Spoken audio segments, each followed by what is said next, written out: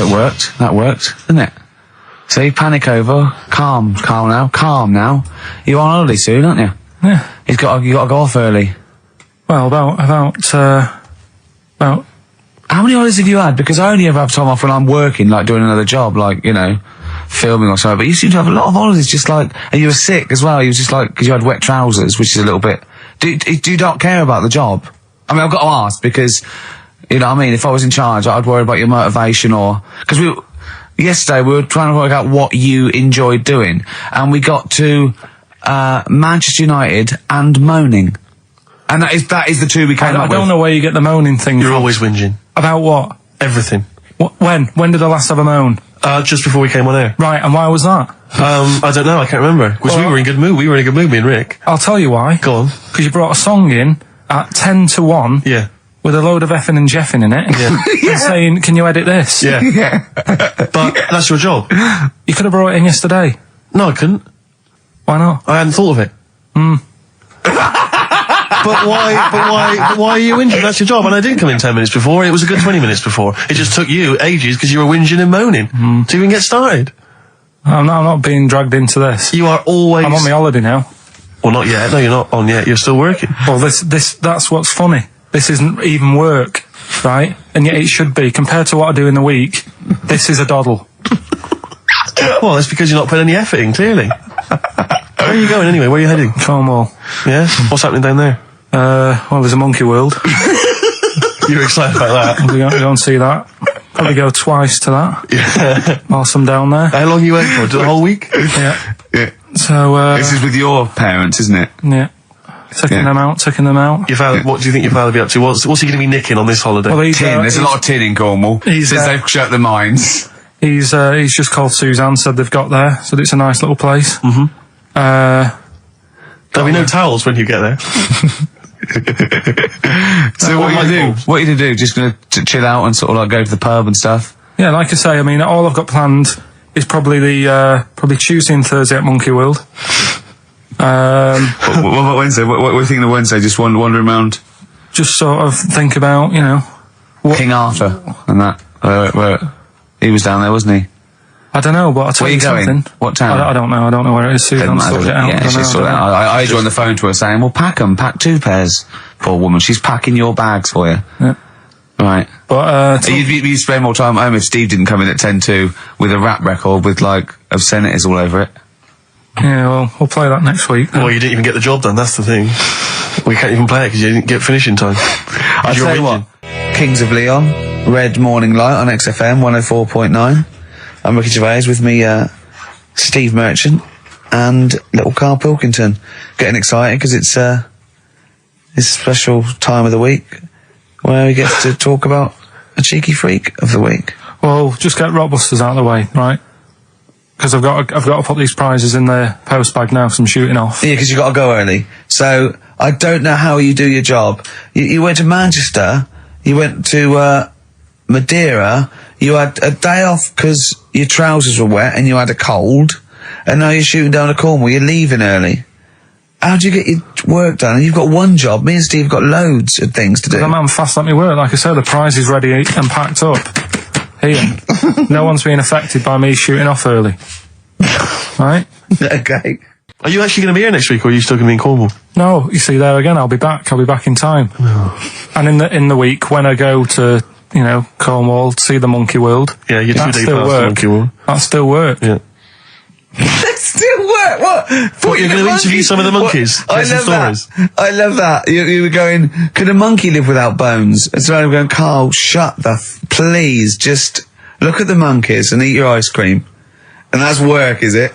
Right. Right, are we having Cheeky Freak of the Week? Do you want to do it? What time have you got to shoot off?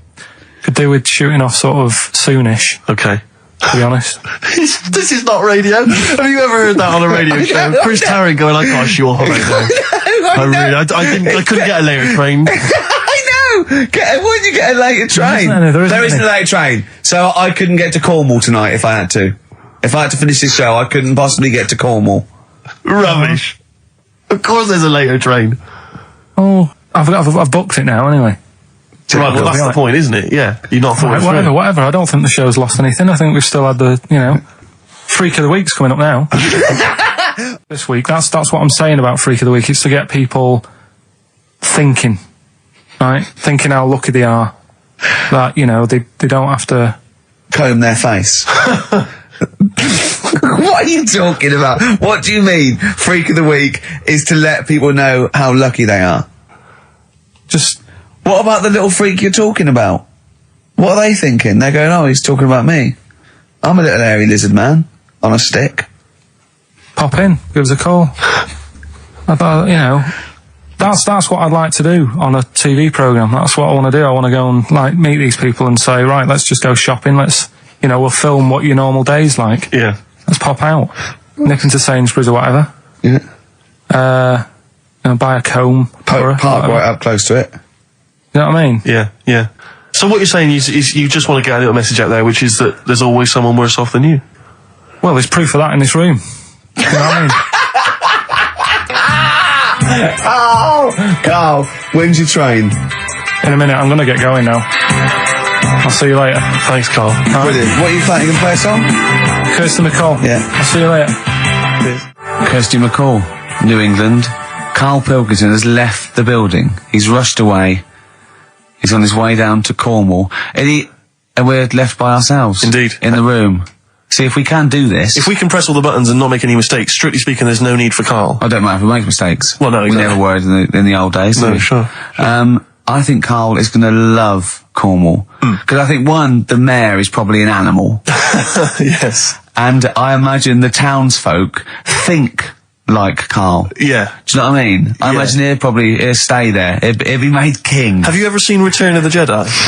In Return of the Jedi, the Ewoks, the little furry creatures, they see C-3PO, and because he can talk and he can speak their language, they actually elevate him he's to godlike back. status. What are you doing here? Hooray! He's back. What are you doing? You could have stayed till the end. I'll see you later. What are you doing? What are you doing? Right. Right, well there he is. He's on his way. Yeah, down to if Cornwall. you're listening online in Cornwall, I mean, I can't imagine that's ever going to happen. But, you know... on a clothesline with a bean tin at one end and a big bean tin in London. Or if I'm cool in London. Yeah, or if the foil helmet you wear to fend off laser rays from aliens out of space are somehow picking up the show, then Carl's on his way. Look forward to meet the bold one. Because he's got a sort of like, you know, the obligatory sort of red face that would go well down there now. Because I think he's been out in the sun, or he was... pre-boiled when he came in, but he's rushing down to Cornwall now, going from Paddington Station. So you know, if you're in the Paddington Station area, you want to pop down there and sort of wave him off, then do. Yeah. Don't be afraid. That's not a dirty sexual act. Wave him off. Yeah, I'd love to wave him off. And call in the week as well. Carl.pilkington@xfm.co.uk. Send him anything. Just clog up his email. Yeah. I mean, because he gets stressed at work. So if you can send him 3 or 4 emails each over the next week, so he's got to read them all, but disguise them, don't make them look rubbish, so at least he's got to sort of open them and look at them, or you know, some of them might be correspondence, so he will, it's you know, just phone his line as well, just ask for XFM, ask Carl, and leave long messages on his voicemail. Yeah. So if you can just for us, just for me and Steve, remember it is mine and Steve's show. Carl is merely like, you know, the icing on the cake. Yeah. If Carl can come back maybe next Friday or Saturday or Monday, whenever he comes back, to about 250 emails and 200 voicemail messages. If you put down, when it says what's the name of the message, the title of the message, if you put monkey news or monkey information, he'll have to open it then because he'll be intrigued, even if it's not about monkeys. Yeah. Do that anyway. Yeah. Voicemail messages. Leave them long. I like this information. Disguise it so it might be important. Yeah. Just so he has to listen through. I wish I'd give his mobile out, but you know, that is just too cool. But anyone can get him at XFM, and of course we've given out his email before, so I mean, go mental. There are plenty of ways to torture Karl Pilkington.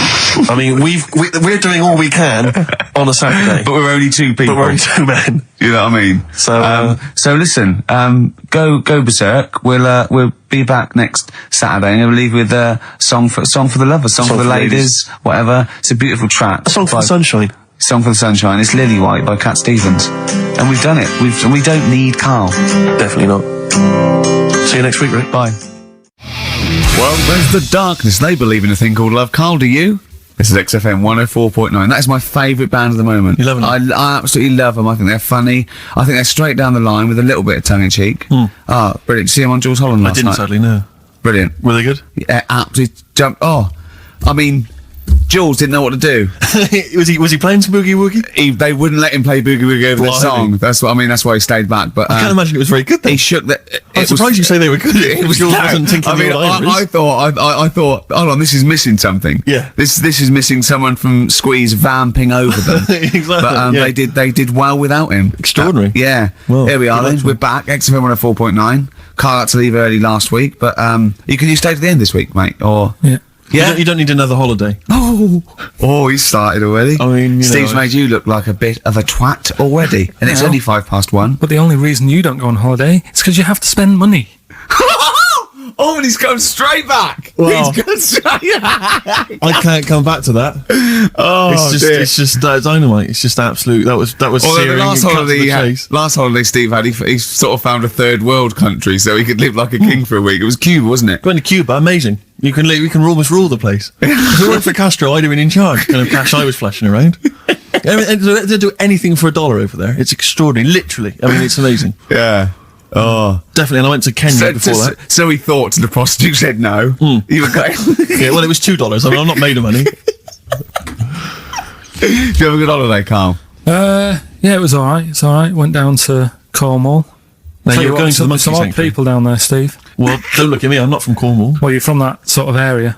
Well, not really, but never mind. Genetically means. Right. They're weird. Well, you must have slotted right in. What are they weird? What do they look like? Just all sort of odd people. A lot of old people, but not just old, sort of messed up old. What do you mean messed up old? It's just you can't just say that. There's There was a woman with a funny neck. Okay, in what way was it funny? What did she have a funny neck? If you were writing an essay, you wouldn't say there was this woman with a funny neck. How would you describe it? She sort of had her head like pointed down all the time. Like that. Don't do it. It's his radio. No, but just for you, I don't like that. What's Yeah. about that? Yeah, okay, right. So brilliant. I don't know. I was saying to Susan, I'm not what happened, you know. What do you think? Because Suzanne knows everything. That's the good thing about her being with you. You just ask her what happened to her, and Suzanne goes, "Carl, I don't know. Yeah. I haven't been here before." Suzanne, your girlfriend, or mummy as you call her. Oh, sparks are flying. I got a little bit of chocolate. Can you just lick a tissue and wipe it off? Oh, Well, she said it might have been like, because back in the olden days, they carried stuff on the... the olden What days. do you mean the olden days? This woman was probably what, 50? No, she looked about 70. Yeah. But like I do on Cheeky Freak of the Week, right? I always turn it round and we get like something good out Something of it. positive, yeah. I said to Suzanne, I bet she finds a lot of money. Yeah. Always staring at the ground, yeah. Oh, It was dear. always, it was always Oh, good. so you're Maybe back. she just had new shoes and she was admiring them. Yeah. Did you think of that? Before you point the finger and judge? Or a necklace was too heavy. Exactly. So you're back refreshed. So what have we got for this week? Have we sort of, because we didn't meet last night, which we usually meet No, sort of I Friday. called you and said it'd be good if we could, you know, I wasn't getting back into London. Well, I was up till- for it. I was till up for it, 7:30, you know. but Yeah. but we all need to be there. It's not Yeah. just me and you being there. Yeah, so, yeah. No, you're right. I mean, you're absolutely right that I wasn't there yet because I wasn't willing to just be governed by your particular schedule. You want to jet back in from another of your holidays It wasn't a at holiday. 8 o'clock. It wasn't a holiday. That Well, so what? You What were do out you of town. mean? What do you mean it wasn't a holiday? What was it? it was a treat, wasn't it, for my mum and dad? So it wasn't a holiday. I What, so took them you away. didn't enjoy the 5 days off? You'd rather have been here moaning 8 hours a day, 7 hours a day. You see, we said last week that you're always whinging. Here you are whinging now. I'm not And you're moaning. saying it's not even a holiday. You're saying it's not even a holiday. What was it then? Would like a nurse who take sick children to Florida, would they say having a great holiday? Sorry, what particular ailment did your parents have for the week that they had to fly in Karl Pilkington, MD? Yeah. What are you talking about? Well, all right, it was a holiday. Well then, good. Now some honesty, now some truth. So you came back from your holiday, you wanted to start back to work straight away, Steve couldn't be bothered to meet. Is that what you're saying? That's what I'm saying. So we've got nothing prepared for this. Well, you can rely on Rockbusters. Right, that's We've coming got up. nothing. Monkey News. got a Even bit though of you were some- away, you were still working. Still doing stuff. Did you go to That's- the monkey sanctuary? I'll tell you about that. Tell us mate. about it. Play a record. Sure. All right. What do you want? Bit of Smashing Pumpkins. Smashing Pumpkins. I thought an old classic from them, Cherub Rock. Yeah. Smashing Pumpkins, Cherub Rock. That, of course, Rick, is available on their greatest hits. Brilliant. If you want. I mean, that's how I rock. So Yeah. I know they. I'm very much the shape of a cherub as well. Well, indeed. Naked with a couple of... And a rosy big arse. And a trumpet. Yeah. Do they have trumpets? I don't know. I've just an email here. Monkey news. Yeah. From a listener. Monkey spotted holidaying in Cornwall. A chimp was spotted holidaying in Cornwall last week after befriending a family of 3. One onlooker said, "It was incredible. He dressed and behaved exactly like a human being. He even settled the hotel bill at the end of their stay. The only telltale sign was his lack of table manners and the incoherent babble when he opened his mouth." There we are. So, Well, we think of that, Carl. that's the listeners, Carl. That's Joanne. Amusing, articulate, accurate. She remembered Accurate. exactly who's there and everything, setting in the bill. It's all there. So, I mean, even though people think that you're slightly simian, slightly less than human on the evolutionary ladder, they do listen to you.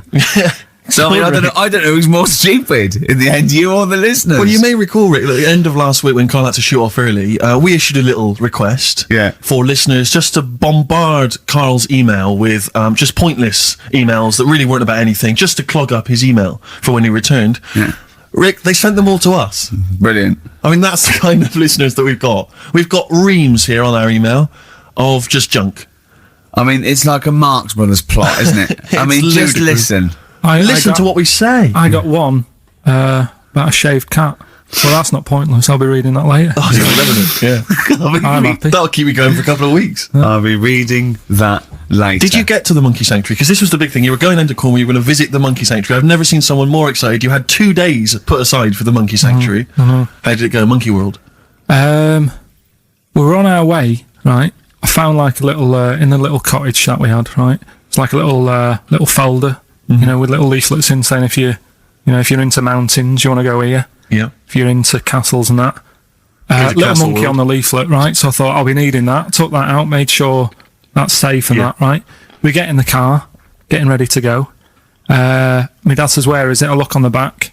It's in a place called Low or something like that, right? Yeah. So we're on our way. Can't believe me luck. It's going to be a great day and all that. Yeah. And then start looking at the leaflet, right? And noticed didn't have any chimps there. Yeah, it's not Monkey World. It wasn't a monkey world. Well, what was it called then?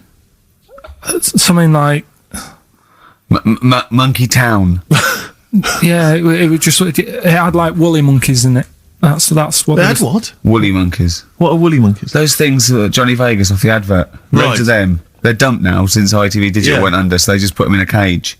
I don't understand. They're woolly. They're like they're sort of like little fluffy little baboon type things. Woolly monkeys. I mean, it's not your chimp. It's not your classic chimpanzee. So did the car screech to a halt? It was like it was like the mission in Armageddon. I just said abort. We're on the way back. So how far had you got before you bothered to read the leaflet? Probably about 5 miles away from where we were. So what did you do with yourself? You must have been distraught. We went they to, broke down and then they heard banjo music. No, we went to a sort of an amusement place. Brilliant. I'd love to see you in that. What, with putting those coins in so it has to roll down and they go flat and then an arm pushes them. It was one of them. Really? But I I'd worked spent out it was years a on that con. when I was little. Well, there's a new one. I can't be bothered explaining it, but it's a con. We went to this place, right? My mum and dad had been there before, and they said you'll love it. It's brilliant. It's got like a war bit in it. A war bit, right? Yeah, like because they know I'm into tanks and stuff. Yeah. So you'll be loving that. So, sorry, I didn't know you were into tanks. No. Well, they're all right. Brilliant. It's gone from one of his childhood passions to they're all right. I know, yeah. Go on. And but it was awful. I mean, my mum and dad had been there before, and he said, "No, you'll love it." But it was like a really miserable day. Sure. Right? All the rides and that were broke. Yeah. Broke. It just reminds you of Manchester. My dad just ended up.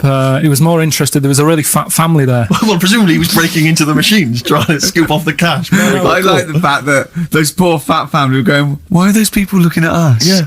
Oh, do you want to ride one? No, but we're not a ride. They were massive, and he just like, look at that, look at the state of that whole family. Yeah. Just fat. Bloaters, yeah. All right. No, but because fat, there's no need for it, is there? And he was really like, oh God. And then he wanted to follow them into the House of Mirrors to see what they look like. But my mum had got bored. She went off to buy a little Snow White figure. She couldn't believe her luck. It was only $2.99. Yeah. She thought it was going to be really expensive. Sure, so she she's bought classy one of lady. them. So she enjoyed that. And then my dad says, "Come on, we go in. It's rubbish, this." What, the fat family wouldn't let him play with them? So he just said on the way home, he said, "I can safely say that I never want to go there again before I die." So that was that. And then we went home. Why would he ever give you that information? In case it was like a secret birthday present. You go, oh God, what if they get me a trip to here? Or if he's in a coma and you go, I'll tell you what, bring him out of it. That fat couple. yeah. By his bedside. Yeah. But Suzanne said she now realises why I am the way I am after spending like a week with them. Well, She said- they told her that they dropped you on your head as a kid, or? No, just like, you know, the way they act and that. Right, yeah. They were saying things like, Suzanne, so, why is the moon out at night and the sun in the day? Oh, God. Yeah. Oh, God, there's three of them. Suzanne, can you tie my shoelaces again? It was the bit when my dad said, "Don't waste money on a coffin for him, just put him in a bin bag." Your father said that? About himself? Yeah. Oh, that's a great idea. I'm glad you mentioned that, because That is great. that gives me an idea. Saves a bit of money. My dog... Nelly, Ride With Me. That's featuring City Spud. I don't know if you're aware of that, but there we are. Good, nice summer tune. Carl, tell Steve what you just told me when Steve was in the toilet then. Right, do you know, I'd just been away with my mum and dad and that. And one of the things I always like doing is having a good chat with my dad about stuff he got up to when he was a kid and that. Yeah. Right, because he got up to loads of stuff, and every time I see him, he tells me something, and I think, it's like, why are you just telling me that now? It's brilliant. Yeah. Right? So, I mean, to me, he's kind of like Ronnie Biggs or someone. He's just the most extraordinary kind of...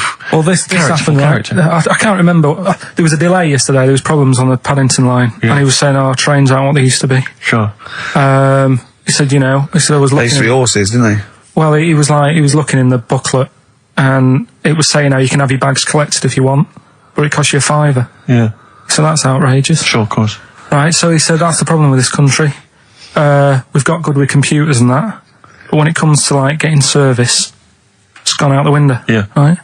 So he said, when I worked on the trains, and he was going on like this, that and the other. So I said, I didn't know you worked on the trains. He said, yeah, when I was 18, right, it was his job to get the coal, right, and chuck it in the engine. Right? And one day he's in Grand Central Station in Manchester, which is now the GMEX Centre. Right. Right? And that was like the main station. And he was in there.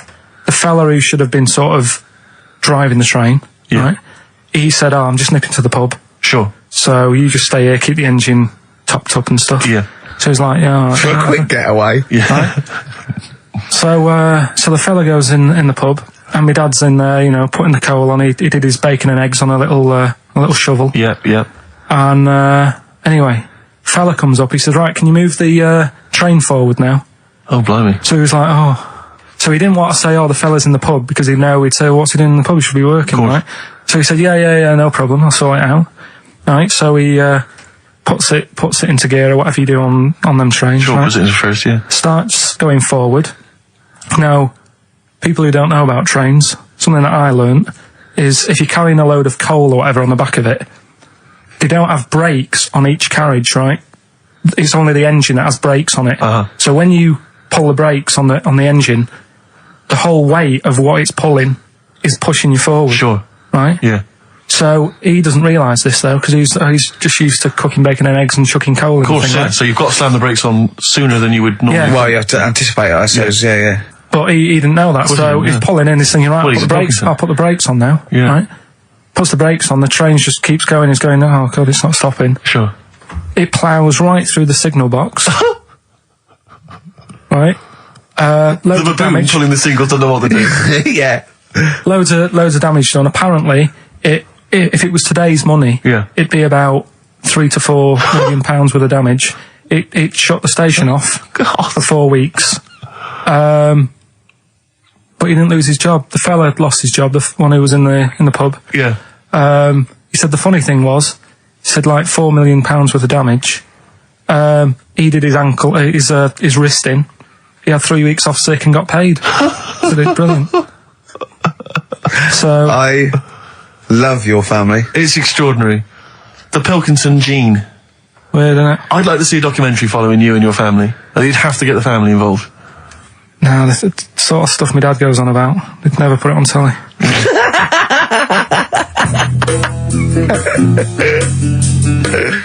Carl, have we still got monkey news? We've got monkey news coming up. Now, you must be disappointed because you didn't make it to the monkey sanctuary, but you still managed to scrape together monkey news on your holiday. Yeah. That's So I impressive. found some of that. We've got... How do you get so many breaks and holidays? Because you went away with Suzanne's parents. You've just been away with your parents. That's a couple of weeks, 10 days. So that's probably about 3 weeks in all. You had that. You went to Manchester. You had that day off because your trousers were wet. I mean, and I suppose because you've only got one job, and I've got a lot more. This is just one of my jobs. But I mean, don't you ever count your blessings? Go, God, thank God, I can have time off. I don't work too hard. I'm not stressed too much. I know. It's just all to do with when you do work, do a lot. So I get a lot done. Yeah. What do you mean? I'm always doing stuff. I mean, even though when I was in Cornwall, right, I'm sat there on the grass. I'd love to just sit on the grass. Oh, yeah, you're too busy. Chill out a little bit. I know, yeah, well, Me dad and Suzanne are playing crib, right? I'd sort of fallen out with him at Your that dad point. and Suzanne are playing Why did you fallen out Because you with do live in who? the 1940s. Yeah, why did you fallen out? Because with crib, have you ever played crib? Yeah, Right, you've got to be pretty good at maths. sure. Well, you've got to make your cards add up to 15 and all. Well, yeah, I was just gonna correct you on you've got to be good at maths. Yeah. What? Algebra, quantum physics, what? No, just adding up. Adding up to 15. Brilliant. I mean, You can almost do it on your fingers. You could in Cornwall. Yeah. But my dad's really good at maths, and like he said, how many have you got? And he always counts his, and it's like 15-2, 15-4, 15-6, 3 for your hat, 1 and all that. Do you know what I mean? He adds it up really One quick. for his knob. Right, so I was like, right, hang on a minute. And he goes, no, what do you mean, hang on? Add it up, what have you got? He says, oh, forget it. I said, this isn't fun if you're going to start getting all arty with me. Sure. So, Forget it. Yeah. I love it. But I don't know him, but I'm sure he's just winding you up. His victory is you going, forget it, I'm not playing. well, anyway, right, so it doesn't matter. I think I'll go off and do some prep, right? Yes. Do some research for Saturday. Found one of Suzanne's magazines, right? Flicking through, because there's always interesting stuff in there. There was something about swingers. Right. And I was like, what's all that about? Yeah. And it had an interview with some people talking about, how they sleep about a bit. Yeah. And I thought, if my wife looked like that, I probably would. Because there was a few pictures of them, and they were all pretty ugly. Yes. I thought, right. So I took that in, soaked that up, thought, there you go. Carried on reading. There was a bit in there about how women still have crushes, right? Yes. And the woman was going on about how she's 38, right? But she still fancies Chris Martin from Coldplay. Uh-huh. And, even though it'll never happen, she's still got that little bit in her head that thinks one day she'll leave Gwyneth, right? And end up with her, right? Right. Anyway, so I'm thinking this is a bit boring, but I'm flicking through it all. And, Is this a Rockbusters clue? no. Right. And I read further on, right? And, she said, I like to go out with my mates, and we come up with lists in pubs of people who they'd be nice to go out with. She also came up with a list of unlikely lust objects, I think she called them. Yeah. Guess who was in that list? Ricky Gervais. Think again. Karl Pilkington. Right. Next one. Johnny Vegas. Said, lanky co-writer. Rubbish. Lanky co-writer. What do you mean lanky co-writer? Well, do I need to say any more? He said, hang on, wait a minute. Let's not talk about... I don't know why you're laughing at my expense. I'm an unlikely lust object. yeah, But what was it called? The list? the unlikely lust object. Yes. list. You were in there, right? Who else was? Well, you weren't in there. Richard Madeley, Fine. Yeah. He's a good-looking guy. Alistair Campbell. Brilliant. Another handsome dude. What What are you talking about? You think I'm ashamed or embarrassed about that? I'm proud of it. What magazine was it? I need to buy a couple of copies. It was. Need to get a t-shirt made. Yeah, and did she leave her number? Yeah. So what magazine was it? I was just out of interest. I think it's called Red. Yeah, sure. Yeah. But now you've dissed those people that are putting themselves in there as swingers because you said they're ugly. So now we know what magazine it is. People are going to look at that. People are going to look at that poor woman, and they're going to know you think she's a hog. No, but I think they even know. Was there a picture of the woman who'd drawn up the list of unlikely lust objects? Mm-hmm. What was she like? I wouldn't waste my time. Thanks, mate. I know you're on my side. Cardigans. You're the Storm on XFM 104.9. Well, nearly the end of the show, but we wouldn't let them down, would we? You know what it is now, don't you? Oh, chimpanzee that monkey news. Right. Now, whilst I was in Cornwall, I wasn't online. I didn't have the internet, so it was like, oh, what am I going to do? And I didn't come back till yesterday. I thought there's loads going on that I don't know about in the monkey world and stuff. I was hoping to get some from the zoo that I was meant to be going to. Of course, that didn't happen. So I said to my dad, do you know anything about monkeys? Or have you got any stories with monkeys? Brilliant. This is what Trevor McDonald does. Turned out... 10:15, he goes, got nothing. Dad, anything happened? You got anything politics? Anything politics, Dad? No. This isn't monkey news, I'm just giving you this free. Yeah, brilliant. Turned out one of his mates used to have a chimp. Right. What do you mean one of his mates used to have a chimp? Well, two of his mates. Oh, sorry, yeah, I was thinking it sounded a bit far-fetched living in Manchester, like. But if there was two of them... He had a chimp, had to thump it in the head. For doing what? Answering back? Oh, God! Tried it on with his wife. Had to thump it in the head for trying it on with his wife! I love it. It's a proper fist fight in a pub in Manchester. Oh. I'd call him up, but he's one of them who, like, swears all the time. Right. Oh. I mean, it'd be good to get him on and just... Let's interview him. Can we not interview him pre-record? We can bleep out the swear. I'd love to hear his do story. a lot of work, that. Yeah, well, we're not scared of work, are we? I'll get myself if you can't be bothered. Yeah, I'll have a word, I'll sort it out. Yeah, try to sort that out next week. Well, don't tell us the rest of the story then. Let's let him say in his own No, words. but there was another one as well. When you say you can get him on, but he swears a lot, you mean the monkey? I'm assuming he's more coherent than your dad's mate.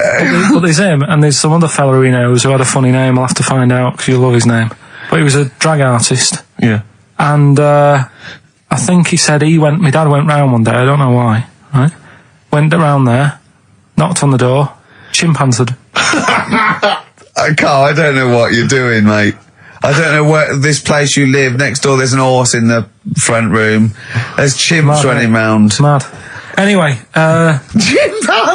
Is that it? Is that the end of the story? There's a chimpanzee in the door and that's the end. You sure it wasn't the drag artist before he shaved?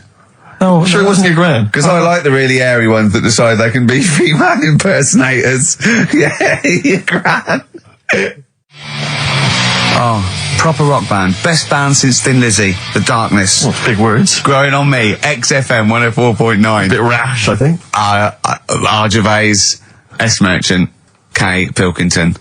With a little bit of that. I know for a fact that Steve is getting a little bit sick of Carl's attitude. Oh, his attitude's appalling. I quite like it though, because it's straight away friction, and he's sort of like, you know. To be fair, I genuinely don't think I'm the culprit in this. I think I come in and I just ask him a simple request. Yeah. And immediately on my back. Whinging, moaning, whining. I don't know if there's any evidence. Well, it's funny you say that actually, because in a survey, it came out this week. It's quite extensive. Mancunians take more sick days than anyone else. Mancunians take more sick days than workers in any other city in Britain and Ireland, according to Manchester-based employment firm. Survey by Peninsula found employees in Manchester take 11 sick days per year, whereas closest rivals Edinburgh and Dublin take an average of 9. Liverpool, Newcastle, Birmingham, and Cardiff only 8. Is Reading mentioned there or no, Bristol? it's not even in there. They don't take days off. London is only 7. So the point is, I mean, I don't know you can take anything from it, but if you're an employer and you had a Mancunian and a Liverpudlian and they were equal on everything else, but you really couldn't afford them to be away, Liverpudlian's going to probably be away for 8 days. Sure. The Manc's going to be away for 11, phoning in sick. And So what can you, I mean, just analysing the data there, what would you extrapolate from that? I really don't know. I mean, call in if you've got any clues, or email us in if you've got any. I don't know why I think maybe, I don't know, Mancunians. I don't really know many people from Manchester. Well, I only know one, but I know he was off sick because he put on wet trousers and he got a cold, I think. Yeah, well, he just said he didn't come in for he left early as well once. Yeah. But I don't know. I mean, that's the survey. I don't know. I mean, it's evidence because it's statistics, so there you go. It's guaranteed evidence that's proof. Any thoughts on that? Ricky.Gervais at xfm.co.uk. I mean, oddly enough, you're from Manchester, Carl. Yeah, I am, yeah. What are your thoughts on that? On what, sorry? On the survey. Wasn't really listening. Sure. Well, Mancunians take off more sick days. They call in sick. I mean, presumably spuriously. Yeah. I mean, because they've got the same body. They're biologically the same. So they're obviously making up their life. Yeah. Some of the days, maybe there's just the 3 extra they're making up. Yeah, they're moaning. Probably because we work a lot harder than the others, so we're tired, so you're sick, so you need time off. Probably. Seems unlikely. I mean, the Scousers, to be honest, take them on, let them work in your office. But you know how many computers are going to go missing? Right, that so offensive. Is offensive. Right. This is a survey that proved you just made that up. You just carried on the myth that Liverpudlians thieve. Now that's not true. That is not true. Well, it's not. Well, some of them do. There's been no survey that you're more likely to thieve if you're from Liverpool than if you're in Manchester. So that hasn't been proven yet. So all I've got is the evidence from a survey of, I think, 3,500 people. It's proof that Mancunians take off more sick days. XFM 104.9. This is April Come She Will by Simon and Garfunkel. Brilliant. So, if you're from Manchester, sorry about that. I mean, it is true. We aren't making that up. We weren't doing a stupid stereotype like Karl did with Liverpudlians. It's just a survey that Mancunians take off more sick days. But they might be genuine. They might be sort of an iller people, or it might just be people who are in Manchester go, I can't be bothered to go to work, it's rubbish. Whereas if you're in London, you go, I can't wait to go to work. What a lovely place this is. Some great jobs, don't you? Great jobs, don't they? Yeah. Jane's Addiction, Just Because on XFM 104.9, broadcasting from London, where people prefer to only be off sick when they actually are ill. Sure. I don't think I've ever taken a day off sick. Except when I had that terrible tonsillitis. Is that when you went home, stayed with your mum and dad? Yeah.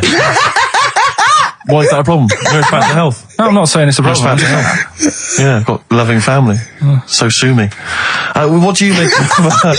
The antagonism and piss taking is just like, oh God, 3 blokes in a pub. There's people listening. I can't Are there? So what have we got?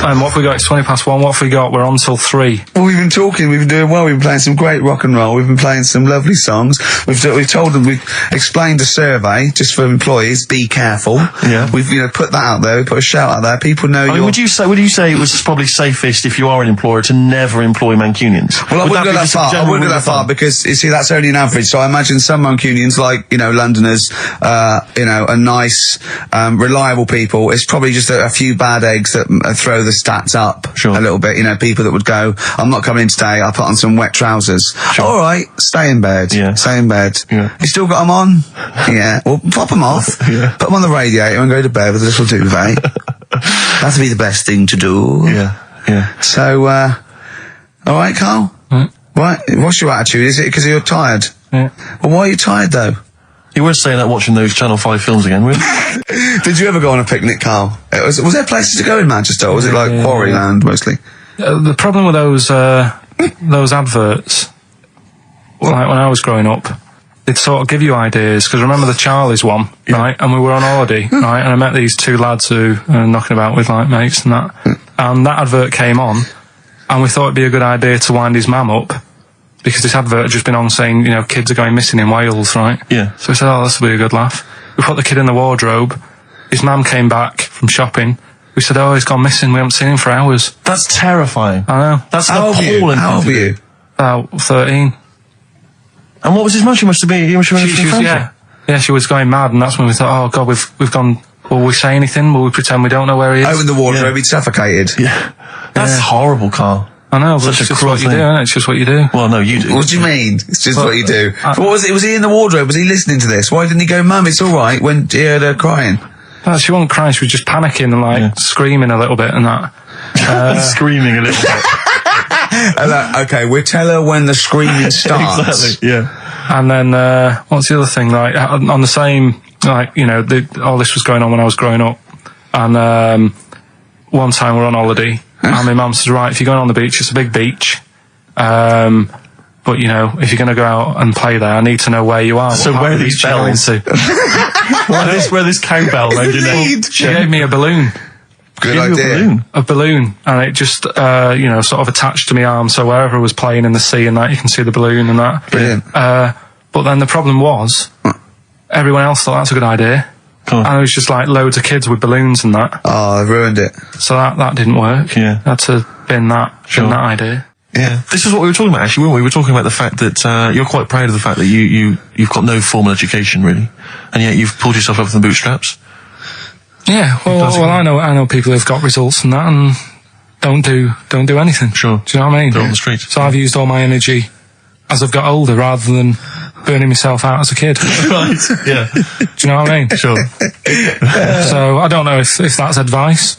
Should we advise that to young kids out there? Don't take exams, don't work at school, just, move away from Manchester and get a job on XFM. They'll employ anyone. Yeah, you get an hour's lunch break, you're away by 5:45. You need no qualifications And to work for XFM. because you don't have to think for yourself, because your boss tells you what to do, you can have some time off to go shopping for hobs and shower units. He's alright, he's a good boss. Yeah, I know. He'll let me have next Saturday off. He knows how tired I am. How many Saturdays has he had off? He's going away again. I mean, he's had 2 holidays. He gets 26 holidays, 6 days a year. 26 days a year. Unbelievable. He was sick because he put on wet trousers. Yeah. And now you're going down to Hastings. Are you leaving early? Because you left early last time, didn't you? No, I wouldn't do that again. Now, what are you going to Hastings for? Just having a break. What's the verve? Unlucky man. That's for Karl, who is a lucky man. 2 hours every Saturday, yeah? Just a little bit of chat and laughter. Some great records. Alright? What are you going to Hastings for? Just to chill out? Yeah. What are you going to do? Just chill out. What specifically is in Hastings that's of interest to you? They having another battle? Nothing, it's just cheap, isn't it? You can get a B&B for about 40 quid. Sure. The weather's good, so Well, let's all go. why not? Yeah, why not? Do you want Ricky to come down with you? Now. Right, okay. Anyway, Hastings answers soon. for Rockbusters. It's going to Hastings in 10 minutes, isn't you? Can't wait. He's looking forward to it. Lovely day. Lovely town. Nice little trip. Chill out, come back refreshed. Monday. Let's do some work. Ooh, you'll sleep tonight. What does the boss want me to do? He's done you there, Karl. I was letting it lie, and he comes back with that after we were getting on. Alright. Off to Hastings. Off you See you go. later. Eminem, Business on XFM 104.9. Karl, can I ask, because after last week's show, when you had your breakdown, you went off to Hastings with your girlfriend, stroke carer, Suzanne. Now, what does she... Because whenever we meet Suzanne, we bumped into Suzanne recently at the BBC, Ricky and I. She's always very nice to us, very polite. We have a nice little chat. But I'm always wondering, what is it that she thinks of us, really? You know, because I'm assuming you immediately go home and whinge. No, but they tortured me. You saw they tortured me on air. Now, what does she make of us? Did she listen to the show last week? Yeah, she did, yeah. She knew I was annoyed. Right. So, she sort of gave me a look like... You know what I mean? Like that, because we went to Hastings. That wasn't because you had, like, Marmite or something over your face. No, it was just like, oh, that's good. That's Now, last week, after your nervous breakdown, you went to Hastings. Yeah. Can I ask, why the hell did you go to Hastings? It's so arbitrary. What do you mean? Why go to Hastings? You lost him on arbitrary.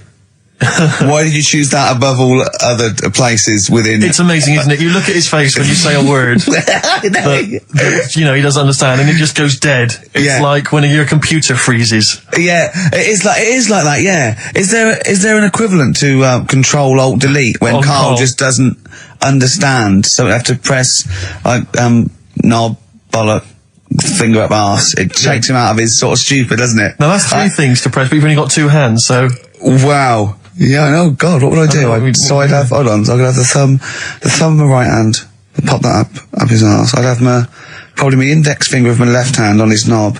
How would I press his testicles? What would I use? I'd have to use some other part Shall we try it? Yeah, let's go around there. Messing about. Look, come on. What? Sit I just down. think it's time you Sit had a down. little kiss. Sit down. No, you did so well. I've already had a little. What happened, Carl?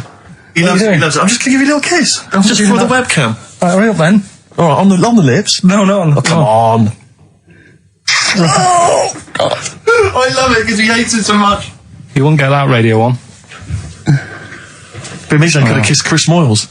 What? I could have kissed Chris Moyles on Radio 1. Milesy. Give Milesy a little kiss for all his good work. Do you enjoy that? Yeah, it's good, yeah. What happened to Chris Miles's show? Is he not on anymore? On TV? Yeah. No. Turns out he was too fat and talentless. Do you want to tell us about Hastings? Where did that come from? Eh? What? Yeah, Hastings. Yeah. It's alright, yeah. What's there? Not much. It's just one of them Is there a places. Yeah, it's good. I think that's what's good about it. Nobody knows, right? Because last weekend it was roasting, and you saw pictures of Brighton, and it was heaving. Yeah. Right. Hastings, hardly anyone there, and yeah, it's got a nice little beach. Yeah. Sand? Sandy No, beach? pebbles. Well, that's all right, isn't it? You Well, don't, no. you don't want the sand. Why do you want sand? Why do you want Yes, sand? a little bit, don't it? It's murder building a sandcastle. No, you just sit there. You can't walk on pebbles, can you? It's, What do you mean? Well, it's all kind of, it's sort of a bit, dodgy It's underfoot. all right. The only annoying thing is, right, it's one of them places that it's great to visit for a day, Yeah. but I wonder how people who live there get by. Why? Because all the shops are like them things that you go in, and it's like a little pebble with a pebble stuck on the top, and it says Hastings on it. So every shop does that. If you want bread and milk, You're done for. it's murder. Yeah. There must be a supermarket. I didn't see any. Seriously, it's all novelty things like that. Yeah. And then when I got back into London, Their houses. Yeah. Just covered in pebbles and like seashells and stuff. Oh, not rock for tea again. and the funny thing is, right, it's the first time I sort of noticed somewhere like that. When you go, what do you do if you just want some Brillo pads or whatever? With the slang thing, did I tell you I was trying to read that book about the governor? Oh, yes. And that was full of that, and it had a page on the front that you had to keep going to when, do you know what I mean? When he used a bit of slang, you had to sort of go, right, I don't know what he means. Glossary. Right. Just nip back, have a look. I thought you meant, when you said there's a page at the front, I thought you meant the cover with his face on. I can't remember who I'm reading it about. Oh, there he is. Is this the book that you nearly finished reading, but you realised all the pages were in the wrong order? Yeah. He bought a cheap book, right, a second shop, started reading it, loving it, then he started reading about this bloke, and he went from jail to school, and then he looked at the page numbers and they were all out of order. How annoying is that? You never read books, do you? I never read one, right? And Suzanne, it was a weekend when we were going to Hastings because you two had done me head in, Yeah. right? She said, I want to take you away so you relax and what have you. So, ended up not relaxing because it was like putting the jigsaw together. I'd started reading it on the train, thinking, loving this. It's a really interesting story about this fella who, didn't have a great life as a kid, starts getting into a bit of crime, what have you, turns out to be the governor. But it wasn't as easy as that, because like you say, it started off at school, then he was in prison, and he's like, oh God, he started young. And then, next thing, he's like married, and he's like, hang on, he's like 12. And then he's had a heart attack. And then, but I just thought it was part of the thing, because I read chapter 1, and then it did say chapter 12, but I thought, right, it's like that sort of done in that stylish way that everyone's doing.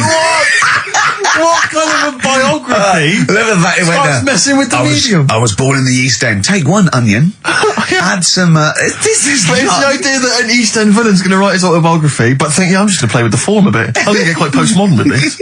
No, but, you know what I mean? Barely able to write, probably. Yeah. Oh, well, they you did it can with- say that about him, Steve. I wouldn't. I think he's an educated man. Go on, next, Carl. But, yeah, just because it was like 2 for a tenner, that shouldn't be like, oh well, you got a good offer. So No, that's rare. I'm sure the bloke selling it did not know that the pages were out of order. Let's face it, Carl. You read it and didn't realise. Yeah. So you I can't love really the fact blame him. that you got almost half the way through before you realised. I know. Yeah. Yeah. But anyway, Still, that'll teach you, and that's put you off books for life, hasn't it? Well, I don't like getting into books now. I just read snippets of information. Play record. Play record. No, I was just going to tell you about a bit of information that I was reading. Okay. And I can't. Well, we play a No, record. I've got time for a bit of drivel before we play next tune. Well, I'd rather hear a tune and come back for drivel, because I think people are tuning in for drivel, so let's tease them. Okay. Let's have a record, then some absolute shite from Karl Pilkington. Excellent. Look forward to that. Roll Over DJ by Jet on XFM 104.9. I'm Ricky Gervais, with me Steve Merchant and Karl Pilkington. All right, Karl? Yeah. Bit miserable today, Karl. Let me explain why. Go on. Steve, and to you, the listeners. Well, we came in to a big bunch of stuff. Dropped off fight. Was it Becky from Marks and Spencer? Just like lovely stuff. Food, presents for the cat, books, just, you know, to Ricky and Steve who do the show, right? Ricky Gervais and Steve Merchant. GQ presenters of the year. Creators of The Office, right? Award winning. Carl's looking over. I go, well, maybe, it's not for you, no. And then he told me why he's grumpy anyway. Go on. Do you know what XFM are giving everyone? How long have you been here? About 6 years. What are you getting for Christmas from XFM? 2 CDs. Is that of your choice, or do they choose them? There's a list of about 30. Right. Tell them what you chose. 30 CDs. I've gone for Kings of Leon album. Yeah. And the best of Bob Marley. Haven't we, like, given them away in the past or something? Or you could have burnt them off, couldn't you? You could have done copies. Illegal, but you could have done that anytime you wanted. I don't think Bob Marley minds if you bootleg his CDs. It's out of order, though, isn't it? It is bad. Although Is that always the case? Has it always been the truth of all the time you've been here? No, it has been better than this. Yeah, although you do get paid quite well and you do have an easier time. Yeah, but don't give me the CDs then. If it was a milkman, you don't go, I have 2 bottles of semi-skimmed. Happy Christmas. Yeah. That is a valid point. Do you know what I mean? You complain. Who is it who made this decision? There's no point. No point, is there? Why? Just no point. I don't like moaning anyway, just... Has it come from up top? Is it like from the capital people? Just everyone. That's what everyone gets. Yeah. Yeah, but will Christian get 2 CDs for getting up at 4:30 every day for about 5 years? And keeping this station afloat. Probably. Yeah. So that's why I'm a bit fed up. What you listen to first, Marley or Leon? Well, you have a bit of Marley. I'll tell you what Marley's good for as well. You're going to have a little beach holiday, aren't you, over Christmas, going to Lanzarote? Listening to that on the beach, you'll realise how wise XFM are in the long run. You know, you go, well, look, they could have given me 400 quid, right? Well, I'd have spent that. But this is, you know, the legend lives the gift on. that keeps on giving. So you're probably, you know what I mean? Think how much what you got to think of is how much all his great songs took, not only from the depth of his soul and, you know, all his sort of angst and knowledge and love, and then all the studio time, the marketing, and they're just giving you one like that. They go, don't worry about that, Carl, just have it. And you go, what? But all the time we spent with Bob Marley and everything is there. You know, have it, Carl, have it, Carl. And Notice. Yeah, have that. Thanks, well done. Carry on. We're still going to pay you for the work. Yeah. That's just on top. Here's a little piece of Bob, free. Yeah, so don't moan, it's extra. So they didn't have to give you it at all. Play a record, you ungrateful little swine. Some people, like the homeless, aren't getting anything this Christmas. This is my favourite Elvis Costello track of all time. It's Alison. This wasn't on the list. Right. So it was last week when there was a little bit of confusion over the one for Holly Valance. Right? Of course. I don't think it was confusion. I think it was your error. Yeah. No, it wasn't. And it was Holy Valance, and you meant Pelmet. Then Becky, who called up that time and said, if you're getting mistaken with Pelmet, right, she sent me an email in a week saying, I've done a bit of research. Yeah. It was my fault. I've made an error. Yeah. It is a Valance. Okay. And I know about Valances. As I told you last week, at the very end, my auntie loves them. Yeah. Right? She makes them. She started off just like putting them on top of the sort of window around the curtain. And then she thought, I can do more with this. Yeah. And she had a little coffee table that had magazines underneath. And she said, I'm sick of seeing them magazines when I'm sat down. She sounds like a Pilkington. So... I'm sick of seeing them magazines when I sit down. So she put a Valance around the table. She just got Valance around everything now. Yeah. Then, next step, she tapes everything. She never actually watches telly. She tapes it all because she gets sick of listening to the adverts and that. Yeah. So she tapes everything. So she's got loads of videotapes and that. And the video used to get on her nerves. When she was watching a film, she'd see the clock changing. And it distracted her from the film. So she put a Valance around that. Yeah. That's genius. Yeah. So, that is Or is it mental? Only Mrs. Einstein can tell. I don't know. She's even made a little Jack Russell look like a hovercraft. Yeah. He's great. So everything's got a balance. If you go round and you stand still for too long, the chances are you'll put balance on your head. Yeah. This is this is Auntie Who, Auntie Nora. and this is the one that farted for 5 minutes. She did. Lest our listeners forget. Lest we farted forget. for 5 minutes. Called his mum, saying I'm farting. 2 minutes into the fart. She said about 2.5 minutes in. Yeah. God. She said I'm about 2.5 minutes into Well, the my fart. mum said, how long's it been going on for? She said, well, it was about 2.5 minutes before I called you. Yeah. And then it went on for a further 2.5 minutes or something. And then it stopped. And, She couldn't time it because there was a balance over the clock. Yeah, she because it used to couldn't annoy time her when she was it. on the phone and you put her off seeing the So time. she was guessing it was 5 minutes. This was one consistent fart. yeah. I mean, it wasn't making a noise. It was just... Oh, it wasn't making a noise. Just gas. Right, endless gas. So, there you That's go. fantastic. Well, we started off with a new one, a little bit of Foo Fighters. We like new and old on this show, don't Indeed, we like to mix it up. I'd like to play the Smiths from their debut album, I Don't Owe You Anything. I Don't Owe You Anything. The lads from Karl's hometown there. Indeed. The Smiths. Brilliant, that one. Wow, I went to Manchester, didn't I, the other day? Went up to Manchester for a What did little you make of corporate. It was alright. Yeah. He went, wait till you get out, you see Piccadilly, it's better than Euston. Right. It was. It was nicer. I went outside and there was a ridiculous queue, and sort of one cab. Right, yeah. So, Horse-drawn. yeah. And so I walked and it was okay. It was only down the road. It was a bit dark. It was wet and raining. Obviously, it's the north. I know, yeah. The hotel was very nice, but no minibar. I've never seen that before. I've travelled all over the world seeing them in a hotel without a minibar. No, So I don't know what's going on then. I don't know what's going on there. And then I did this corporate gig in Old Trafford. Pitch was up. I don't know what they were doing, but very impressive, big impressive. I think they're the richest football club, aren't they, Carl? Yeah. You did a gig at where? Old Trafford.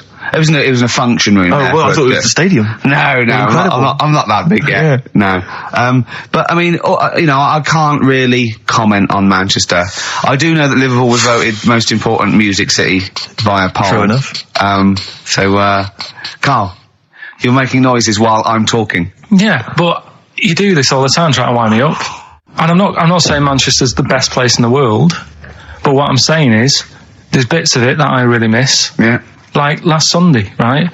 When I'd met up with Ricky, we had spaghetti bolognese, which was alright. And then I said to him, I need some soil. Damn, I wish you'd invited me. It sounds amazing.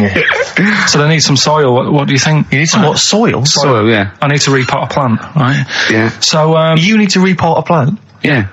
Fair enough. So I'm like, where you can't see these shops in London. You can't Do you know what I mean? There's nothing around. I took him straight to one in my street. Yeah, but near your street, and that's probably the only one in London. Well, you say that, Carl. No, it does annoy me. Round my way, it's like, You can't move for soil shops. There's earth. You can just pick up handfuls walking down the street. Yeah, incredible. Which People is- just lean over into someone's front garden. No, You can take the plants as well. No, Yeah. what I'm saying is, Go on. Manchester, there's loads of decent hardware shops. Yeah. Here, if you want a panini and a latte or whatever, you can't move from. But for soil, I had to go virtually how many miles away from me to carry that soil home and stuff. Yeah. It's not good. I mean, London's all right, but if cities were sort of It's neglecting the peat market, really. Well, isn't there's barely any mulch available Rick, in central London. I'm sick and tired of not getting a good decent compost of a Sunday. Indeed. So, It sickens me. I'm thinking of moving to the north, where there is loads of soil and gravel Indeed. and animal shite. whatever. See, you're eating a biscuit. I can't believe it. Are you bored with this already? Do you know what? MTV called me last week. They called me again yesterday and said, when can they come down to do they're coming down next Saturday, by the way, to do a little screen test for you. They're going to sort of just film you with a little camcorder. You said this. They're going to film you. Are you alright? Do you want to, are you hungry? Do you want to go out and have a meal? I can't believe you're eating while I'm on air. No one can hear that. Do you know who I am? No one can hear that. Explain who I am. Well, that's Ricky Gervais, right? He's made his name on TV. Yeah. Okay. He's done any number of corporate gigs, and they pay silly money. So, Yeah. I mean, this guy's earning, and really earning beyond his talent. All right. So I think this I is, deserve a little bit more than a little mank eating a biscuit while I'm talking. Rick Gervais? Yeah. Have you won a BAFTA? Yeah, too. All right, so Yeah. just a little bit of respect. Yeah. Yeah. Carl, Well, what have you the- won? What have you won? I got a bronze certificate for doing a full week at school. That's great. It was only a bronze. What is that then? 3.5, 5 days? And I got me a little Crusaders badge, if you remember. What's the little Crusaders badge? The Crusaders badge for the religious club. So I was at the fella that you went and played You had to go ping pong convert ball, so Muslim, then wanted did to you? talk to you about God. yeah, Yeah. You got a Crusaders badge, did you? yeah, that's why I you went. actually That's got a why I badge joined. That's why I joined. For the I badge? like the little badge. Did 4 weeks, then packed it in. Travis on XFM 104.9 on Ricky Gervais with me, Steve Merchant and Karl Pilkington. We're doing Educating Ricky. Right, final one. Come on, Karl. Right, what was it? It was. Why don't they just get a diary or some paper or something to write on? Yeah. Yeah. Because Snappy. I couldn't think of a heading for it. It's basically on. people who have tattoos. I've never understood it. Right, that they have something put on their arm. Well, sorry. Have we started the educate? Is this part of it? Are you educating me? This is something that will be useful in my life that I didn't know about. Yeah. Go on then.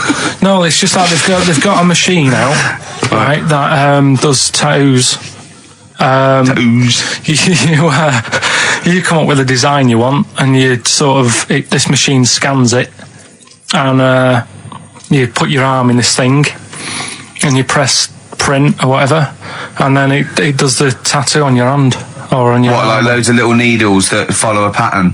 Yeah, computer, is it? basically, yeah. Is it a real tattoo? It's a proper. It's a proper tattoo. one. The fella said, Well, as long as it goes out, it pierces the skin with a. I just wondered if it's one of those kind of, those kind of. No, it must be lots of little needles or a moving needle that can go Sorry, along but it. how is this cleaned? Like in between each person?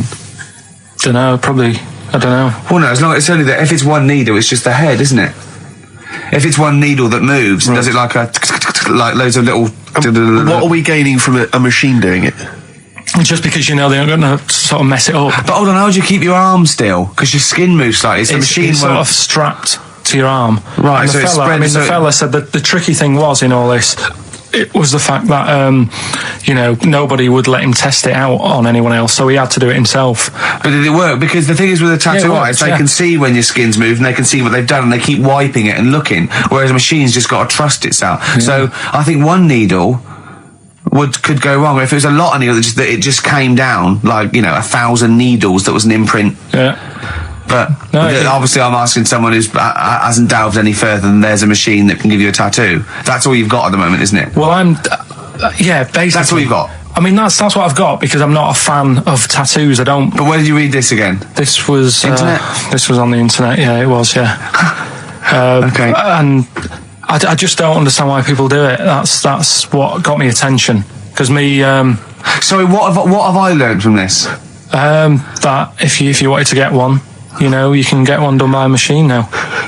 People say machines are sort of taking over and that, and there's another one. But it's just the fact. I mean, I don't know. So give us the snappy title of this education again. Why don't they just get a diary or some paper or something to write it on? That's why I always think when I see people with loads of tattoos, like there's that fella who we were talking about the other week in Scotland who was covered 99% in tattoos. It's just like, what have you done that for? Yeah. Do you know what I mean? You can't get rid of it now. You've done it now. Yeah. One of my uncles, Tattoo Stan,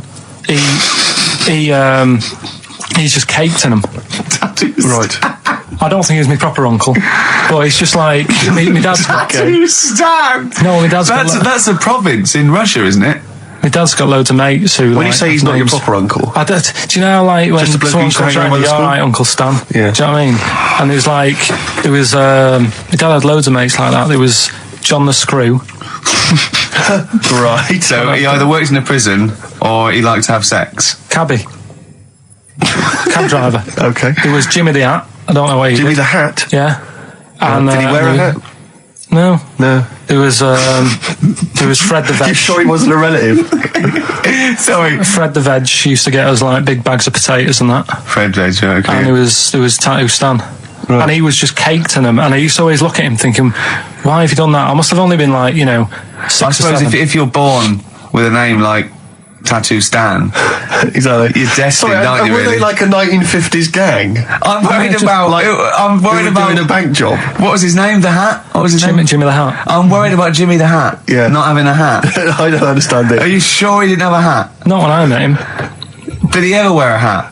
I didn't see him that much. Do you think it was a joke, like, when your mate's sort of like, 8 foot and huge, you call him Little John or Tiny? Do you think? Well, the fact that he never wore Yeah, a they hat. went, hold on, I've noticed something about Jim. Go on. No hat. And I go, oh, true, let's call him Jim the Hat. Jimmy the Hat, yeah.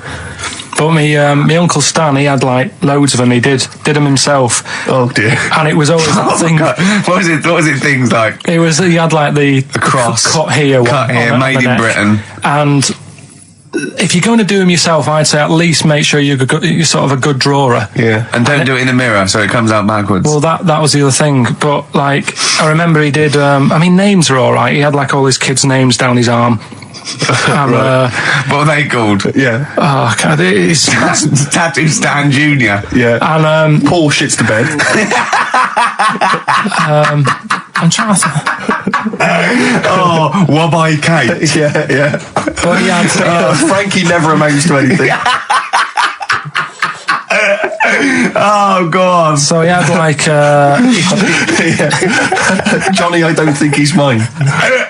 So he did all this. I don't even know why I'm telling you about tattoos. No, nor do I, Carl. Hey, to be honest. Don and Blitzen from the About a Boy soundtrack by Badly Drawn Boy. Christmas theme there. Christmas theme there. You spotted the Christmas theme. Yeah.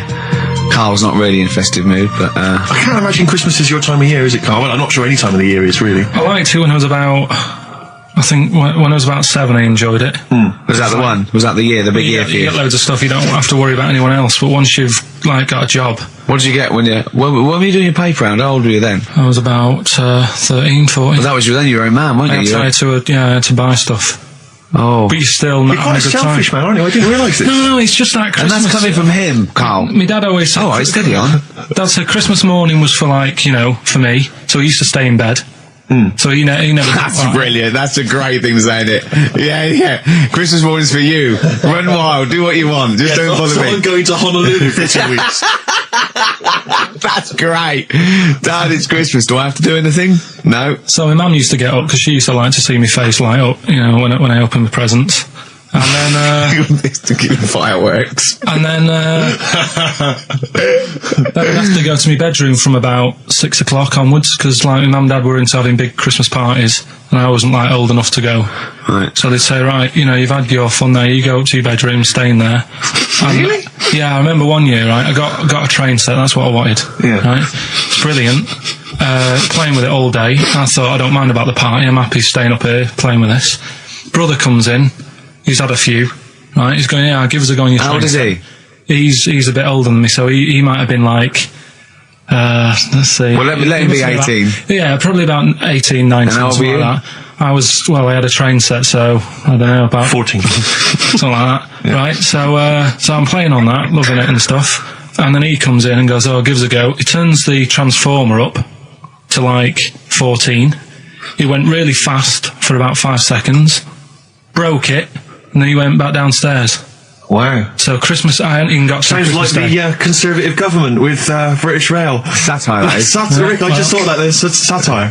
If there's any satirical shows listening or it doesn't work in any way because there's the analogy falls down apart from there being a train. Think it through though. British Rail was trains, Yeah. and the government broke the trains in many. Well, they didn't break them, like not officially breaking them, but they. It does work. It's perfect.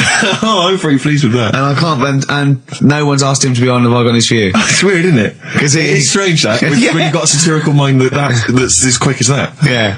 All And right. he's broke your little train set. So what did you do? I just like watched telly and had some sausages.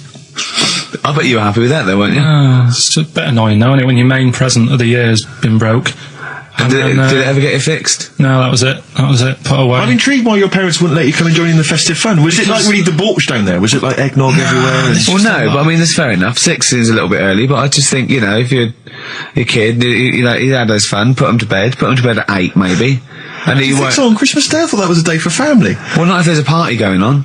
And Well, don't have the party on to Christmas Day. Well, that's another option. Yeah.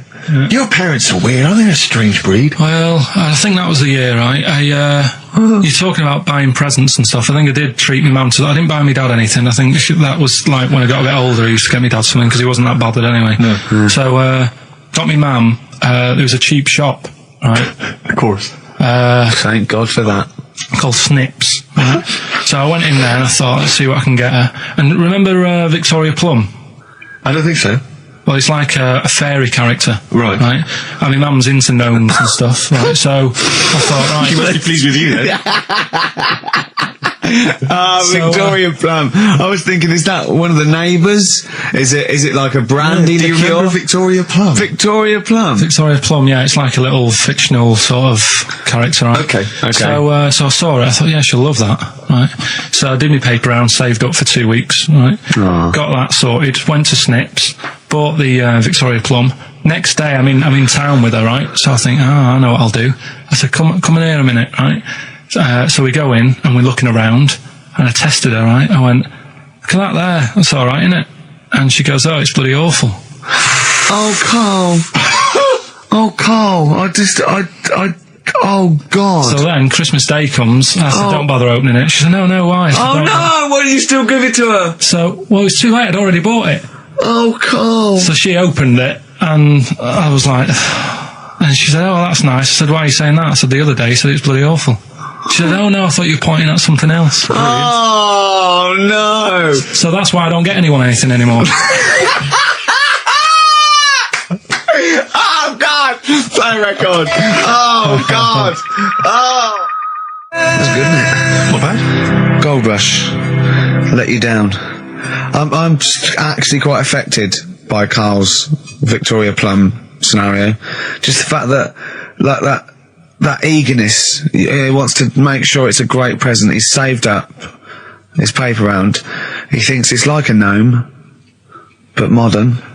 I'm worried that you're using it as an excuse now, and that's why you're not buying anyone any gifts, because you've had your fingers burned once. I mean, you were 6, 7 years old. To be fair. No, you weren't. You were about 13, weren't you, if you're doing your paper round? Yeah, I must have been, 11 or 12 then. All right. Yeah, so I'd saved up. Oh no, I'm not using it as a thing. It's just What that. did you get your mum this year? I've sent them some money so they can get a passport. So they can get a passport. Where are they? Immigrants? Are they trapped No, 'cause they've somewhere? Well, they're in a holding bay somewhere in Dover. Yeah, I got What a do you friend mean? who's a truck driver who's going to sneak them across. For New Year. What do you mean? So they can buy a passport. What do they do? Sell it when they were No, a bit down in their luck? No, they haven't got that much money, right? They've never been abroad, and the mate said they might take them next year, and they said, oh, we haven't got a passport, so You've I got to thought, buy a passport, have you? Isn't that your God-given right as an Englishman? no, you've got to pay for them, they're 30 quid each, so you better add do, otherwise they're conning me. Right. So you sent them 60 You don't quid. get born with a passport. Of You course you sent them don't. 60 quid in an envelope, have you? Well, check. Right. I love that. He'll be watching telly and France will come on and he'll go, oh, what do you think of that? She goes, it looks bloody awful. Yeah, Oh, you go, don't open it. no. Don't open it. Don't open it. So you've not paid for a holiday for them. You've No, I've just sorted out, well, it's a better prize, isn't it? Because they can't go anywhere without it. Well, the passport keeps on giving. Yeah, Perfect. so- 10 years. That is, yeah. So, but no, I never used to. I mean, I can't think of other things. I used to get me dad once I started getting him stuff. It used to be a dressing gown, Yeah. and then. But as an extra surprise, I used to put like a cigar in the pocket, so he'd think that was it. Yeah. Then he'd put it on and put his hand in the pocket. Right. And then he what's just this? hit you because he thought you'd nicked it.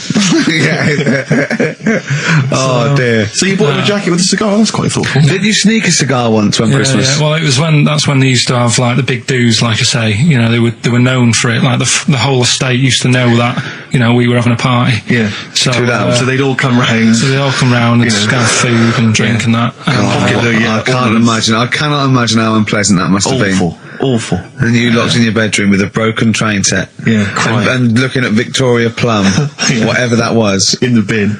Oh, in the bin, yeah. And hear a mum saying, and he got me this. Got me this Isn't this piece shit? of rubbish. You could hear him just throwing it against the Yeah. wall and and laughing. all the neighbours laughing. Yeah. Yeah. and you'd come down and just be in pieces with loads of spit on it. Just loads of gob on it. Eyes. And all the Polaroids of them just like laughing at it and pointing. stamping on it. All right.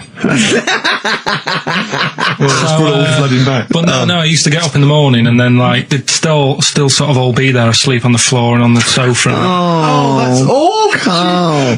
That's terrible. Christmas is surely the one day a year which is a family thing. It's for the kids. They're the ones No, but that are... that was Boxing Day. Well, I know. Oh, that's all right. It's over. Yeah. Back on the bike. Christmas is over. All right. Who's going to pay for this? What, me? Yes, Carl.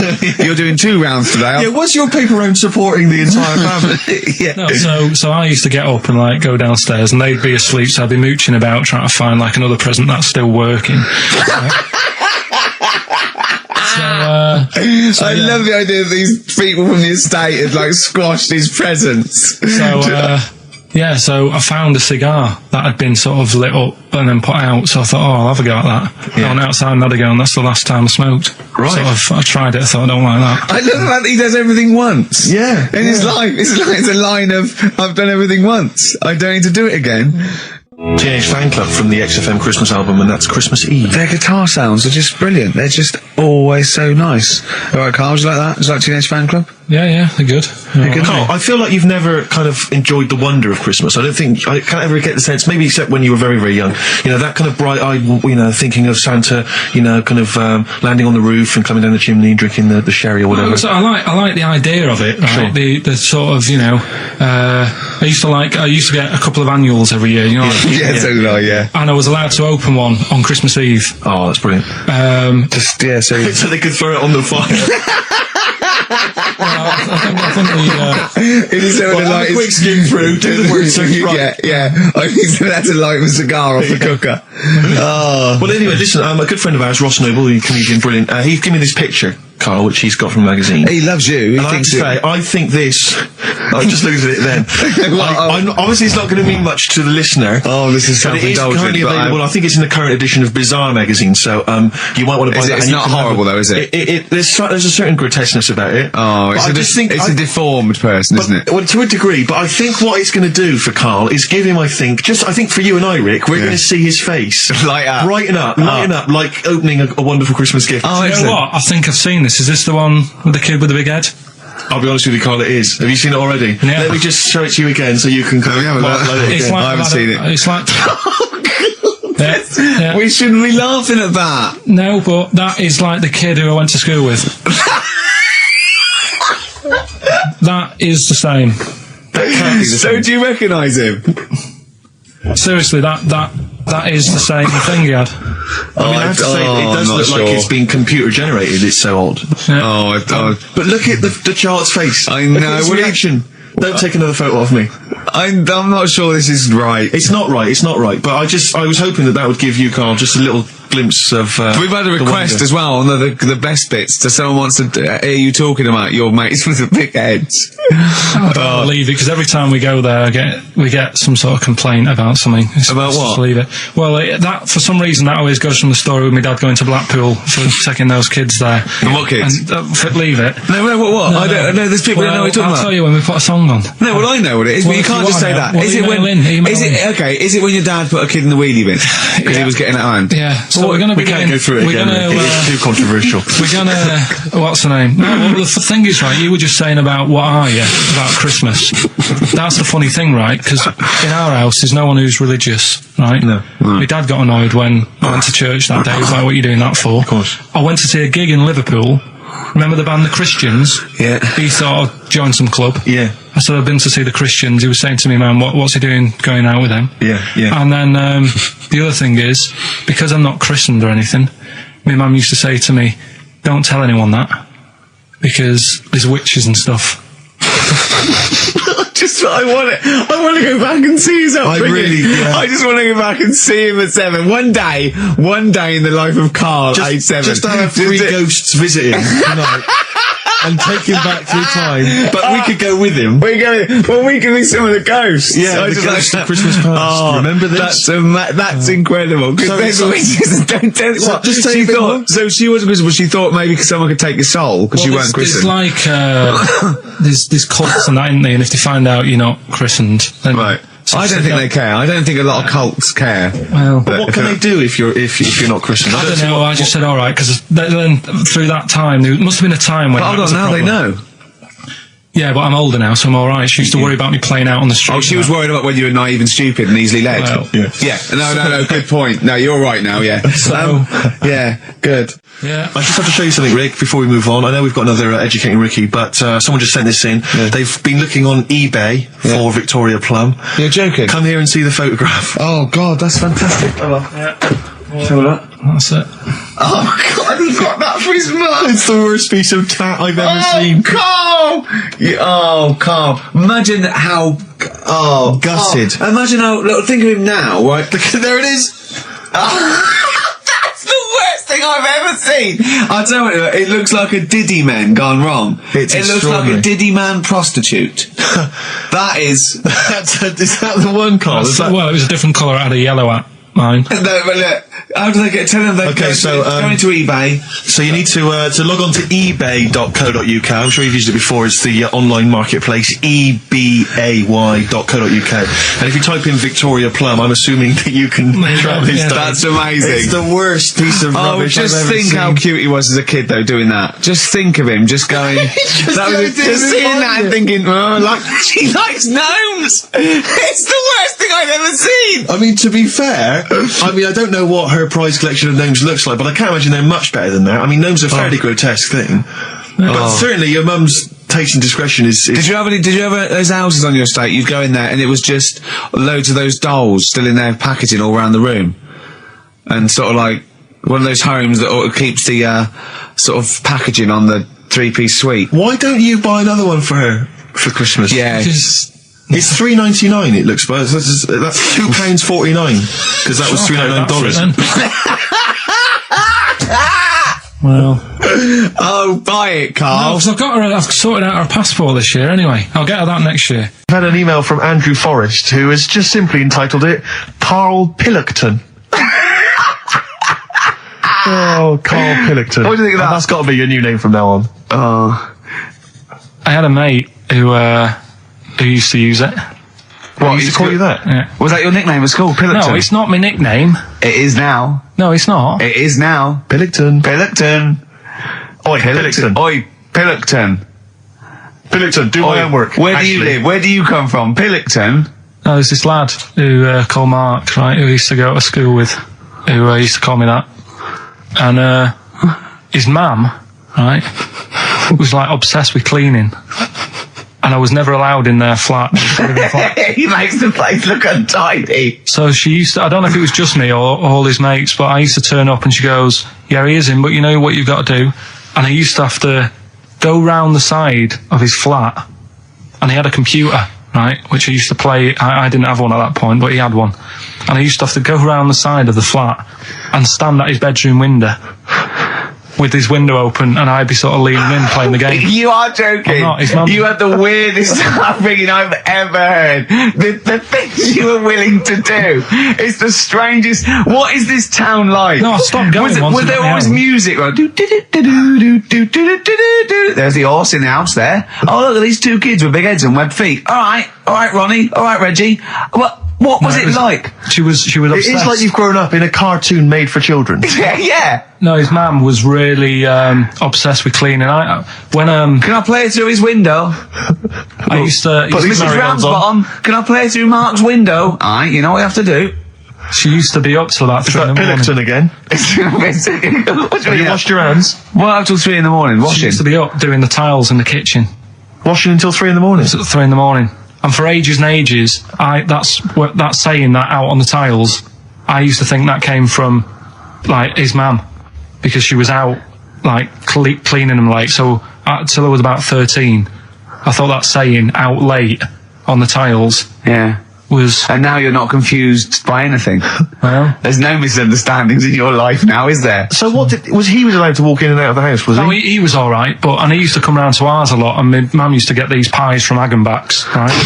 So... I don't know what that is. It's at that bakery where they used to chuck the cakes out the back, I'll tell you about. Yeah. And When he you used to at come round. 6, you at 6. He loved it, but I could never go round to theirs, or if I did, it was like, well, yeah, he is in, and I'd go, alright, and then I'd walk round the side of the flat. stand outside. Why did you ever knock at the door? Why don't you just go around and knock on the window? Just to check he's in, because he wasn't always in his room. If he was in the lounge, he'd have to go to his bedroom, and then that's You say meet you.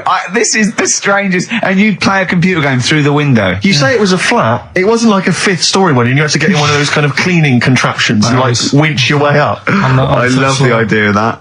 So, Pilkington. Clocks from the Coldplay on XFM 104.9. I'm Ricky Gervais, with me Steve Merchant, and back Karl Pilkington. Hey. He's raring to go. It's nice when you have a bit of time off, isn't it? Yeah, how long have you had off now? About 3 weeks. About 3 weeks, yeah. We can't do that because we're sort of self-employed. We'd be letting people down, but it's different when you get paid anyway, whether you turn up or not. But good to have. I'm never off ill. No, it's the first time I've ever been off ill. I mean, just you're off 2 weeks and then you're off. No, I just wish I was the kind of person who could let down an audience of regular listeners. Yeah, but like I say... Well, no, we spoke to you, you weren't that bad. A cold, you don't go home for a cold. We were discussing this last night in the pub, and, you don't go home for a cold. Okay, so moving on, what have we got then? We've got some great songs. I've brought in the Smiths, I've brought in Buzzcocks, I've brought in Neil Young. I know Steve's got some hip-hop. Some great hip-hop. I've got some great Elvis Costello. It's going to be great. Carl, come on, concentrate. You've been away for 3 weeks. Just annoyed. No, stop saying that. What? You're annoying me now. Why? What you do? Go home ill? Oh, he's annoyed me. Oh, has he? Yeah, I got wedgies and I'm a little bit annoyed. Can I have some time off but still get paid? Yes, of course you can, Steve, right, he called me up, winding me up about this. And, right, I'm 30, right? I'm 30 now. I can only remember being off 2 times. Oh, his memory's going as well. You have some time off. And both of them were when I was at school. What's school? One when it was windy. Why did you have time off? Because it was windy. But to be honest, Carl, that lasted for 7 years. Your time off at school. Why did you have time off? Because it was windy. Were you windy, or was it windy outside? No, it was like when... Your auntie wasn't out the window, was she? When the winds were bad in the 70s, and my mum said, What? I remember space operas and flares. I don't remember the winds being bad in the 70s. Well, my mum just said, you might get blown into the road, so don't do that.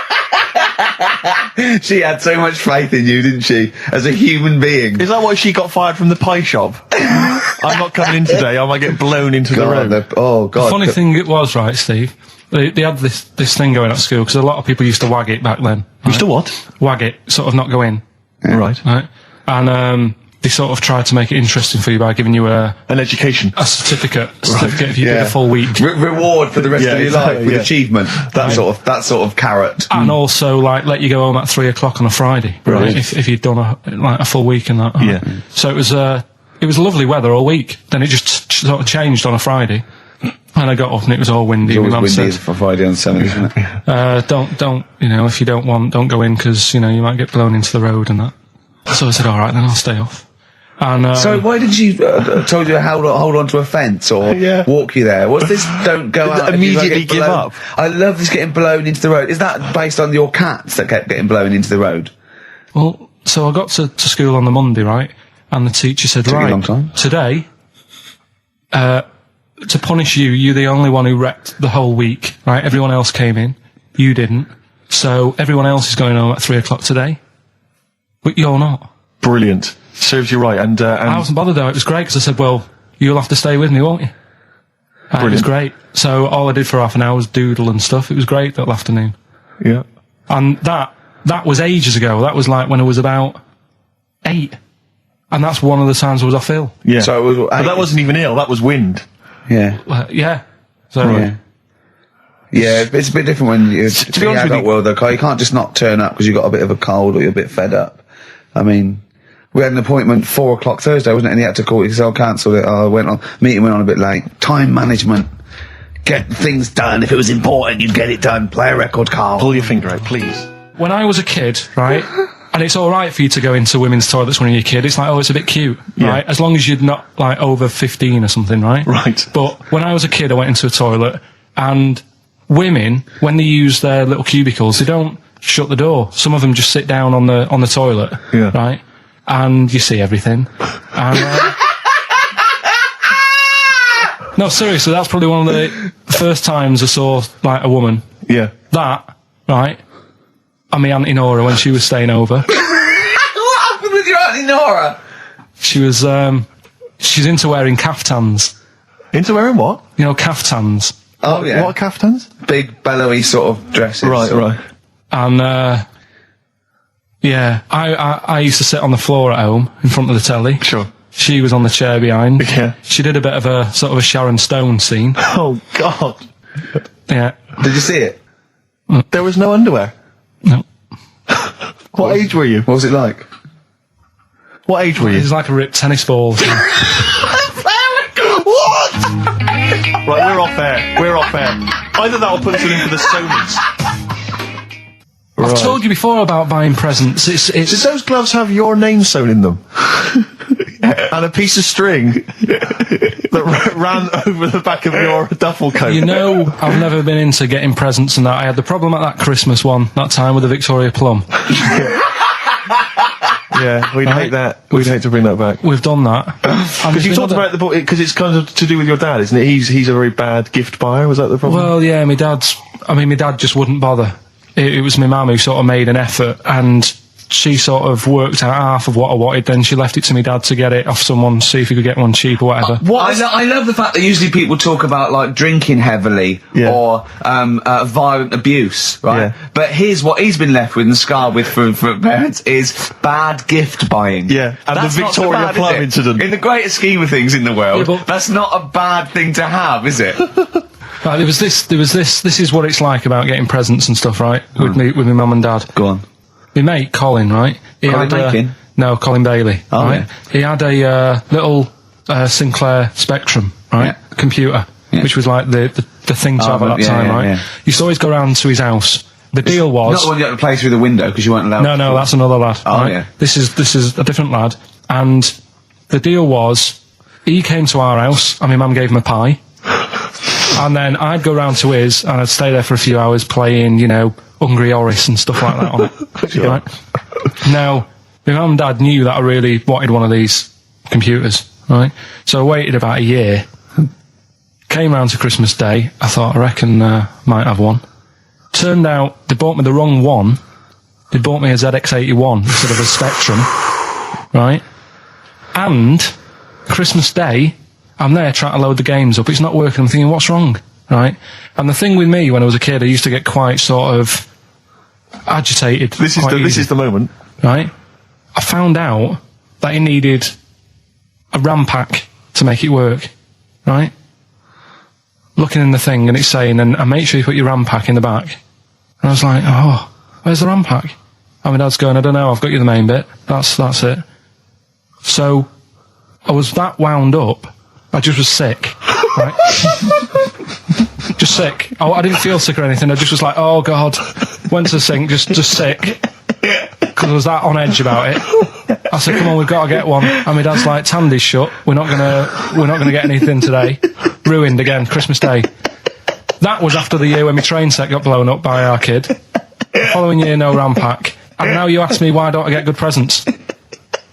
He's scarred. He just I'm threw gonna up. die. Honestly, I'm gonna die. It's just being sick. Yeah. There's no RAM pack. Did you get to the bottom of it? Why wasn't there a RAM pack? You have to buy them separate. Oh, It's one of them okay. cons. What do you mean I can't play Frogger? Oh no. So, wasn't there another incident when you threw up? Spontaneously threw up? Through sheer anxiety? I do get it. It's not so much now because I've relaxed a bit, but as a kid I used to be quite on edge all the time with certain things. Do you think that's what happened to your The cat wind. that kept being sick? That it didn't get the food it wanted? And it just threw up? Do you remember that? Yeah. God, so they shaved it. Yeah, but again, you see, the cat thing, I mean, it's mad. I was thinking about it the other day, right? I used to think I had quite a normal upbringing, You didn't. right? And someone was talking Your about the mother cat. once told you not to go to school because it was windy, Carl. It was Yeah. not a normal upbringing. The cat was being sick, so she shaved it, so it was easier to clean. Right, well, my mum and dad went on holiday, right? And I stayed at the Ross's down the road. Oh, yeah. Only a kid, must have been about 5 or something, right? And I was always running around in the house. I had a lot of energy as a kid. What the Rosses did, they had this cat that was dead violent, the most violent sort of angry cat I have ever witnessed. A tiger. It was honestly, Steve, if it was bigger, it would have been, because it was just always having a go at you. Yeah. If you went to pat it on the head, it went to bite you and stuff. And what they used to do with it, to stop me running around, I'd sort of be running around, and then I'd get a bit tired, and they'd say, have a lie down, and I'd say, So I'd lie down on the settee and I'd nod off. And what they used to do, I'd wake up and I'd put the cat on my belly. Right? So I'd be scared to move because it's like it's going to get me. But it would keep you there. It kept me there, and it used to sort of slaver on me, and they'd sort of, go out or whatever, and I'd be lying there. That's not normal, is it? Carl, sorry, were you created by the Brothers Grimm for one of their fairy tales? What kind of a life is that? A cat paperweight to keep Karl in place. He keeps blowing around. It's windy. We'll have to weigh him down. Be careful. Your mum probably told him that it's a windy day. You got to get something heavy on him, otherwise he just gets blown into the road. God Bless him. Did I ever tell you about my Uncle Alf? No. He wasn't a proper uncle, right? But it was just one of me dad's mates and that. And he was getting on a bit. He must have been about 60, which is pretty old when you're younger and that. And he was the same. He used to always wear a suit and that, but it was never in good nick. It was always like a rough suit, but it doesn't matter. He's still making half the effort and that. Yeah. And he used to sleep in a dinghy. Right, my Uncle Alf. What, in his house? Yeah. Why? Well, in a flat, he's in like a little bed sit. Because he only had a little bed sit, and he was into boats and stuff. So he had this Two birds with one stone. Had this little dinghy, had a little flat, thought, well, it's tight space and that. He had a dinghy as a bed, and he had 2 tellies, right? He had 2 tellies, one that the sound worked on, the other one only the vision worked.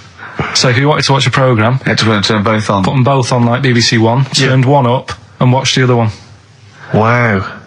That's extraordinary. From his dinghy? Sat in his dinghy. That is brilliant. It was an inflatable dinghy, it wasn't like a wooden. Yeah, an inflatable one, big inflatable Did you ever go around and visit him? Yeah, now and again. Was it weird seeing a 60-year-old bloke in a suit in a dinghy inside watching 2 tellies? It's weird at the time, I thought. Which of the TVs stopped working properly first? I mean, did he... let's say the sound went on one of them. Yeah. Did he carry on watching the other one, hoping that the other one was fine? No, he went and got a new telly, and then the vision went on that, and he went, oh no. He went, hold on though. Wait a minute. I've got another telly in the wardrobe that I haven't used it. It must have been like that. Yeah.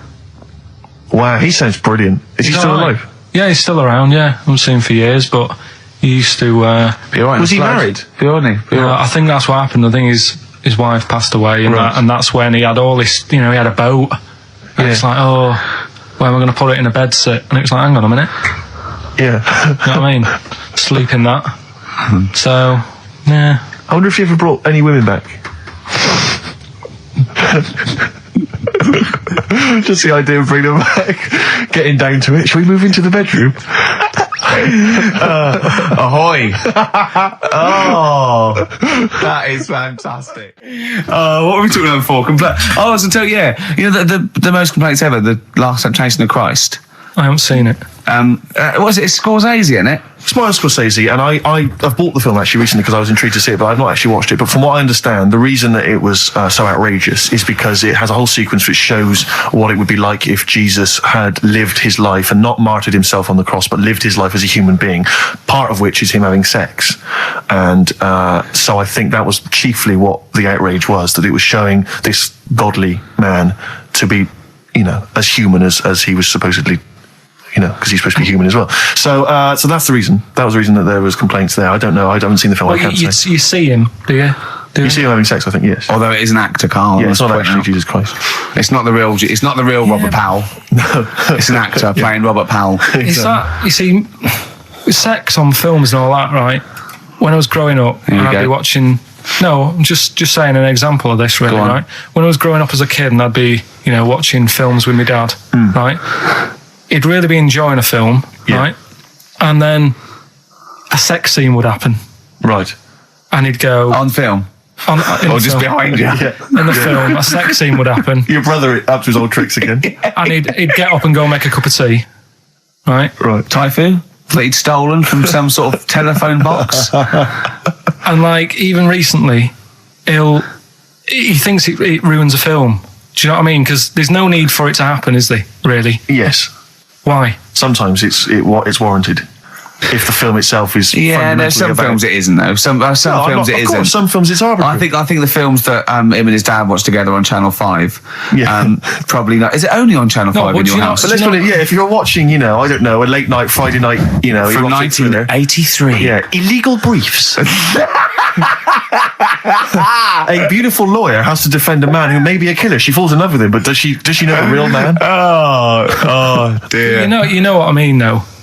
Lest you forget, of course, that I Love Heat with the bloke that is now in. Go on. of course, that I, according to the Internet Movie Database, I once appeared in one of those films, in the film Killer Image, a Canadian film, I believe, from 1989.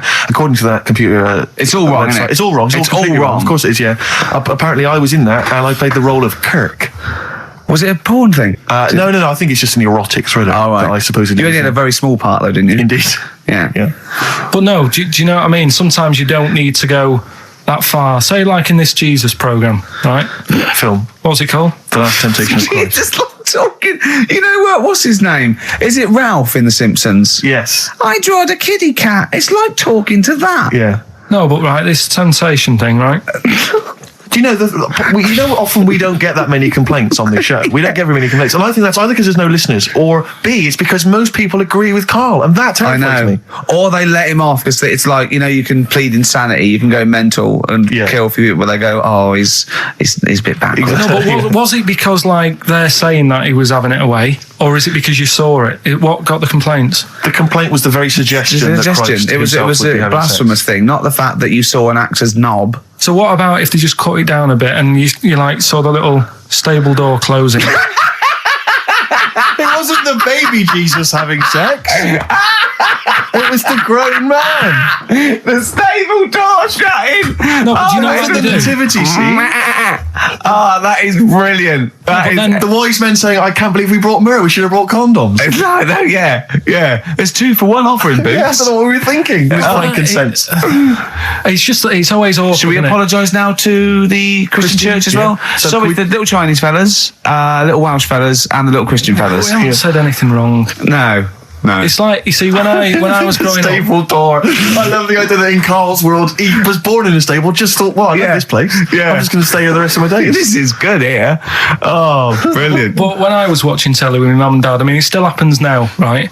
My dad will sort of go, oh, ruined, good film ruined, right? Yeah. If some sex scene happens. But why doesn't he But just what are we ignore talking it? about sex scene? Are we talking about a kissing or are we talking about penetration and looking at the camera? Going, just- are you enjoying this, Pilkingtons? What are we talking about? What is sort of extreme levels are we talking about? Right, last time I was down there, right? Yeah. What was it?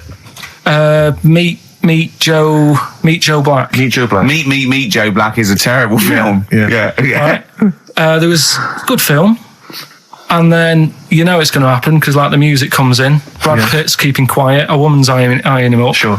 So my mum, I love that. my mum's worked it out already, and she's going.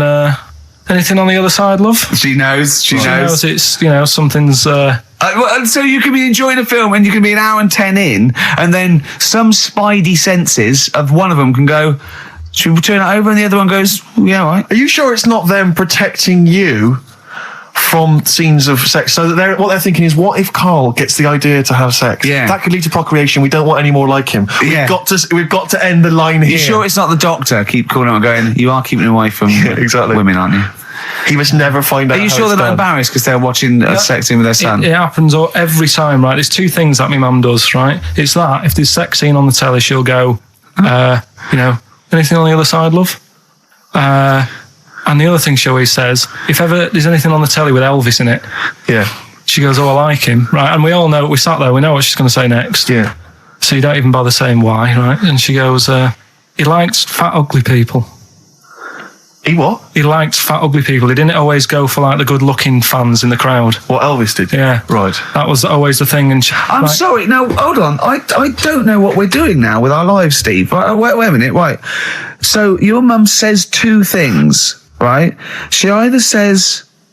Is there anything else on the other side? Or, I like Elvis. There's a pause because you know what she's going to say next. She says, he liked fat, ugly people. How often does this occur? Well, because they've got like, Sky, There's a lot of those channels on. They're like the music channels. So Elvis always comes on. There's either an Elvis film, there's like, you know, a classic hit by him on. And she'll go, I like Elvis, he likes fat ugly people. And what do you mean he liked fat ugly people? Is she a fat ugly person? Because there's that special Vegas show, isn't there, where he's dancing about, right? And he's got loads of scarves around his neck. Towels. Yeah. And like, he always hands them down to the fat ugly ones. Right. And I always say it's because they're the fat, you know, they got a sweaty face because they can't, you know what I mean? I don't know what world they live in. I don't know how we've gone to this subject. What sort of world are you got when you're watching his face? And what do you mean fat ugly ones? Do you mean they're in the front, they're sweating a lot because they're a bit chubby? So she thinks, you know, is giving them a towel because it's he's really going, wipe your face, you're putting me off, you fat cow. Stop sweating near me. There's another one. What? So hairy Chinese kids. Yeah. Jesus. We haven't slagged off hairy Chinese kids. We slagged off Chinese. We didn't slag anyone off. We just said they really haven't got a town as such, and they wear shoes. What do we say? Yeah, little wooden shoes. And what the? I just don't know how we got onto Elvis and big fat ugly women. I don't know I don't know how we sidestepped from the Last Temptation of Christ. Did you see that fat girls and feeders Go program? on a minute. Eh? What's Tom Petty first? Oh, brilliant! It's a great song. Breakdown. How many Tom other Petty. radio shows have talked about Last Temptation of Christ, Chinatown, fat ugly women? More than 60 minutes. Exactly. Incredible. Sony Award winning. I've always wanted a little owl on my desk. I'd like be doing work and there'd be a little owl there, and I go, "Can you give me that pencil?" And it just sort of goes over and gets me a pencil, goes, "Cheers," and it just watches me and it thinks I'm brilliant. Do you know what I mean? Not really, no. No? No, I've never had an urge to have any kind of animal sat on my desk. No, Carl? You'd like a little owl, wouldn't you? That helped you. No, I had a little magpie, didn't I? We've talked about that. Oh, he came down and started pecking your grifter, didn't he? Yeah. What was his name? Maggie. Sure. Brilliant. Inspired. And you took it to school and it didn't come back once. Didn't come back. Didn't see it again. Oh dear. Did it ever peck your head? Because you used to have hair, didn't you? Mm. Yeah. No, it did. It started getting a bit violent. Really? Yeah. But was it becoming sort of age when adolescence? Probably sexual frustration, sort, you know, because I think magpies go for shiny objects, don't they? And you were probably sort of probably losing it a little bit then in the front, and so when the sun was out, there's a bit of a sheen on the front. they saw a glare and thought, "I'll have that." Yeah. What is that? That's brilliant. Yeah. Or as it was sort of pecking away, it mistook it for a tree. Yeah, because of the noise. Because of the noise. Yeah, the hollow sound. Go on. Women wearing trousers and that, right? On the estate that I grew up in, on right, there was a woman about 4 houses down, right? Rough. She's the one. She was, or the estate. She was, right? Yeah. She's the one whose kid took a horse into her house. Yes. Right. Now we won't go over that again. No. If you're a new listener, I think we covered. I think they get That's the all you idea need to know. Right. Yeah. Now she used to wear leggings. Yeah. No, they're a bad idea. They are a terrible idea. I agree with you there, Carl. If you're a lady of What the colour? normo persuasion... Were they pink? No, they were sort of black, but with all bits on them. Oh, right. You know what I mean? What, toast and Just horse bits. droppings. Yeah, go on, yeah. And she used to, she's quite a big woman. Sure. Pauline Quirk, I think, described her as. Look like a light bulb. Which It is bending those kind of over in women that are leggings. attracted to leggings. Yeah, I know, yeah. They are drawn to them like a moth. Yeah. She used to wear them, and that's what I remember when I read this piece. She used to work on one of those sex line things. Right. She used to do that. But what was she, an engineer? the weird thing with her was, she had big eyelids. Right. Go on. That were too big, and this is what I was thinking. What right? do you mean she had big eyelids? How big do eyelids have to be for you to go, they're big eyelids? What was she shoplifting with them? Would she come out of Dixon's with, like, radio stored in them? What do you mean she had big eyelids? It was another one of them popular things around our way. Do you know? Like, What do you mean popular things? They didn't people go, they go, oh, I say what, they're all the rage. Can I get some big eyelids, please? No. It was just like one of them things that people suffered with. Just big eyelids. They could hardly open their eyes. What do you mean? What do you mean? That's one of them popular things around where I grew up. People had big eyelids. They could hardly open their eyes. What does that mean? What sort of freak town were you born in? You had webbed feet people with big heads. You got women with big eyelids. What does big eyelids mean? Are you confusing her with the horse? Yeah. Did she have hooves? Look, what? Just too much skin. It was like the neck of a chicken. But on the eyes. What's your point? Anyway, so there's this big eyelided woman with the And leggings. that's what I'm saying to you, though. when I read that story with people with trousers, Yeah. I went from that Yeah. To into a that. woman who used to have big eyelids. I still know the point. But then, and also the other bloke who had the eyelid problem was a mate of mine. Yeah. His dad had it, and same problem, massive eyelids. I don't know what that means. I don't know what that means. I used to say to my mum, I'm going round to Dave's house, Yeah. and Or to Drew say, Pete, well, as you call him. that's all right, but make sure his dad doesn't take you out in the car because he could hardly. He could hardly see. He had to have his head. He gets to tilt his head back to keep his eyes Make open. sure! Did he have a couple of matches with him at all times? What a load of gobbledygook. I know. But this began as educating Ricky. I know, So it's what, like he was people thinking, with eyelids. but it's like you're supposed to make that leap as well. Yeah. If I mentioned the trousers, Ricky will probably be thinking about people with big eyelids and women wearing leggings. Play a record, Carl. Got nonsense. Adverse. No. All right. I had Potatoes, so much the mash farmers. last night. I had so much sausage mash at the second helpings that I had to sit on the edge of a seat so my stomach could hang down. I love spuds. Spuds and bread. I could not do without spuds and bread. I feel like maybe I could make my own bread. Spuds, I wouldn't know where to start with a spud. Yeah. And it's like, they're amazing. You can boil them, you can broil them. Yeah. I don't know what broiling is, Nor do but I. I suspect it's tasty. I don't think it's as good as. I mean, obviously the chipped potato is For the working everyone's classes, favourite. the chip. It was always on. The chip fat fryer was always on in my household. The ceiling, the death trap fire. What's it? Polystyrene ceiling was Yeah. yellow. Exactly. Come Wednesday in our house, and always had chips. Because all I remember hearing, if I think back to my childhood, all I remember was, gotta stop and get some potatoes, or phone your dad, tell him to get some potatoes. Well, that was your job, wasn't it? Get Carl? the potatoes. Yeah. It was like, I mean, it genuinely, it does concern me What because did you have to do? Didn't you have to? Did you have to fill a diary out for your well, it's teacher? when, do you know when you're at school? I don't know if you do the same thing, but you get like a little red book, right? And every night, I think it was a way of the teachers sort of keeping an eye on you. So if you went out robbing, if you wrote it in your diary, they'd go, what you're playing at? Sure. Right? So you'd have to write down what you did every night. Yeah. But I didn't get up to that much at that point. Sure. I used to just go on my errands. Yeah. And it was my job to I like... haven't heard errand since the 70s. it's nice to hear that. I went to Gervais, right, the little local supermarket. Yeah. And I got... What's it called? Euthanasia? What? I did... Gervais. New phase. Gervais. Yeah. H-U-G-H. Gervais. Oh, Hugh it's Face his is name. right. Yeah. Yeah. And I just had to Right, get yeah. I just had to get like a bag of potatoes. Of course you did, yeah. And a essential. loaf. Staple. So I used to put that in my diary every day, and it got to a point when like even the teachers were like, just make something up. Yeah. Stop putting the same thing in. I Sure, love start that. That was joyriding or something. Live. I love the fact that he was fascinated by the strangest village in Britain, but the stories he's told us about where he comes from, there's him going around with two fellas with big heads, webbed feet, a little pigeon-chested bloke, him on his grifter with Maggie pecking at him, his dad in a telephone box nicking groceries, and a horse in the house next door. I mean, how strange was his upbringing? And him hanging from his satchel. Unbelievable. There's another woman who I remembered. Actually, I'll tell you later. Go on, what? I'll tell you later about another woman who I remembered. Give us a teaser. It's just a woman who rode around on a three-wheeled bike with her husband in a basket. Right, I'll tell you that. Right, and the final You don't clip. get teasers like that on the other radio That's a hell of a funeral service. Right, listen. Right, tell us about this woman.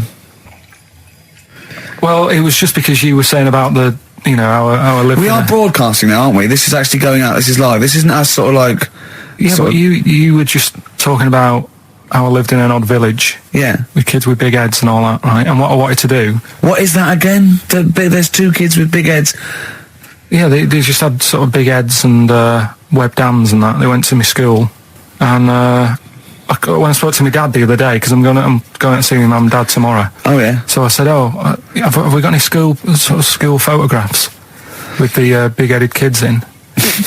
And he said, no, nobody bought those sort of school photos because they were in it, so it was always a bit ruined. So I said, well... No, he said sales were, because he obviously talked to other dads and stuff like that, and he just said, no one bought them. But anyway, so... I would love them. Yeah. That's why I'd buy them. Yeah, but I wouldn't stand out, would I? If it's on the mantelpiece. Yeah, well. So, but anyway, so I was talking about, When you say they had big heads, what do you mean? Do they look like someone from Doctor Who? They were just quite big. But they weren't related. No. So why did two blokes with big heads and webbed feet? I lived in a weird area. There was a there a chemical plant close by. I can't believe you've never told us that before. That explains a lot. Not just the freaks in your neighbourhood, but No, there was loads of weird stuff going on. There was this, like I said, there was this woman who used to like live in one of the council flats, right? And she had a three-wheeled sort of big. What do you call Son, three-wheeled son. He was the weirdest bloke we ever knew. What do you call it? Like a big tricycle, but for an adult rather than one for a kid. It was a big one. It wasn't a motorbike though. It was a no. It was a push bike thing. Yeah. And she used to sort of ride down the road with a fella sat in the basket on the back, with his like legs dangling over, and they'd be going to like the pub and what have you. Was it a different fella each time or the same one? No, same Yeah. little sort of bald-headed fella. So it wasn't collection for like organs and things. Bring out your ill.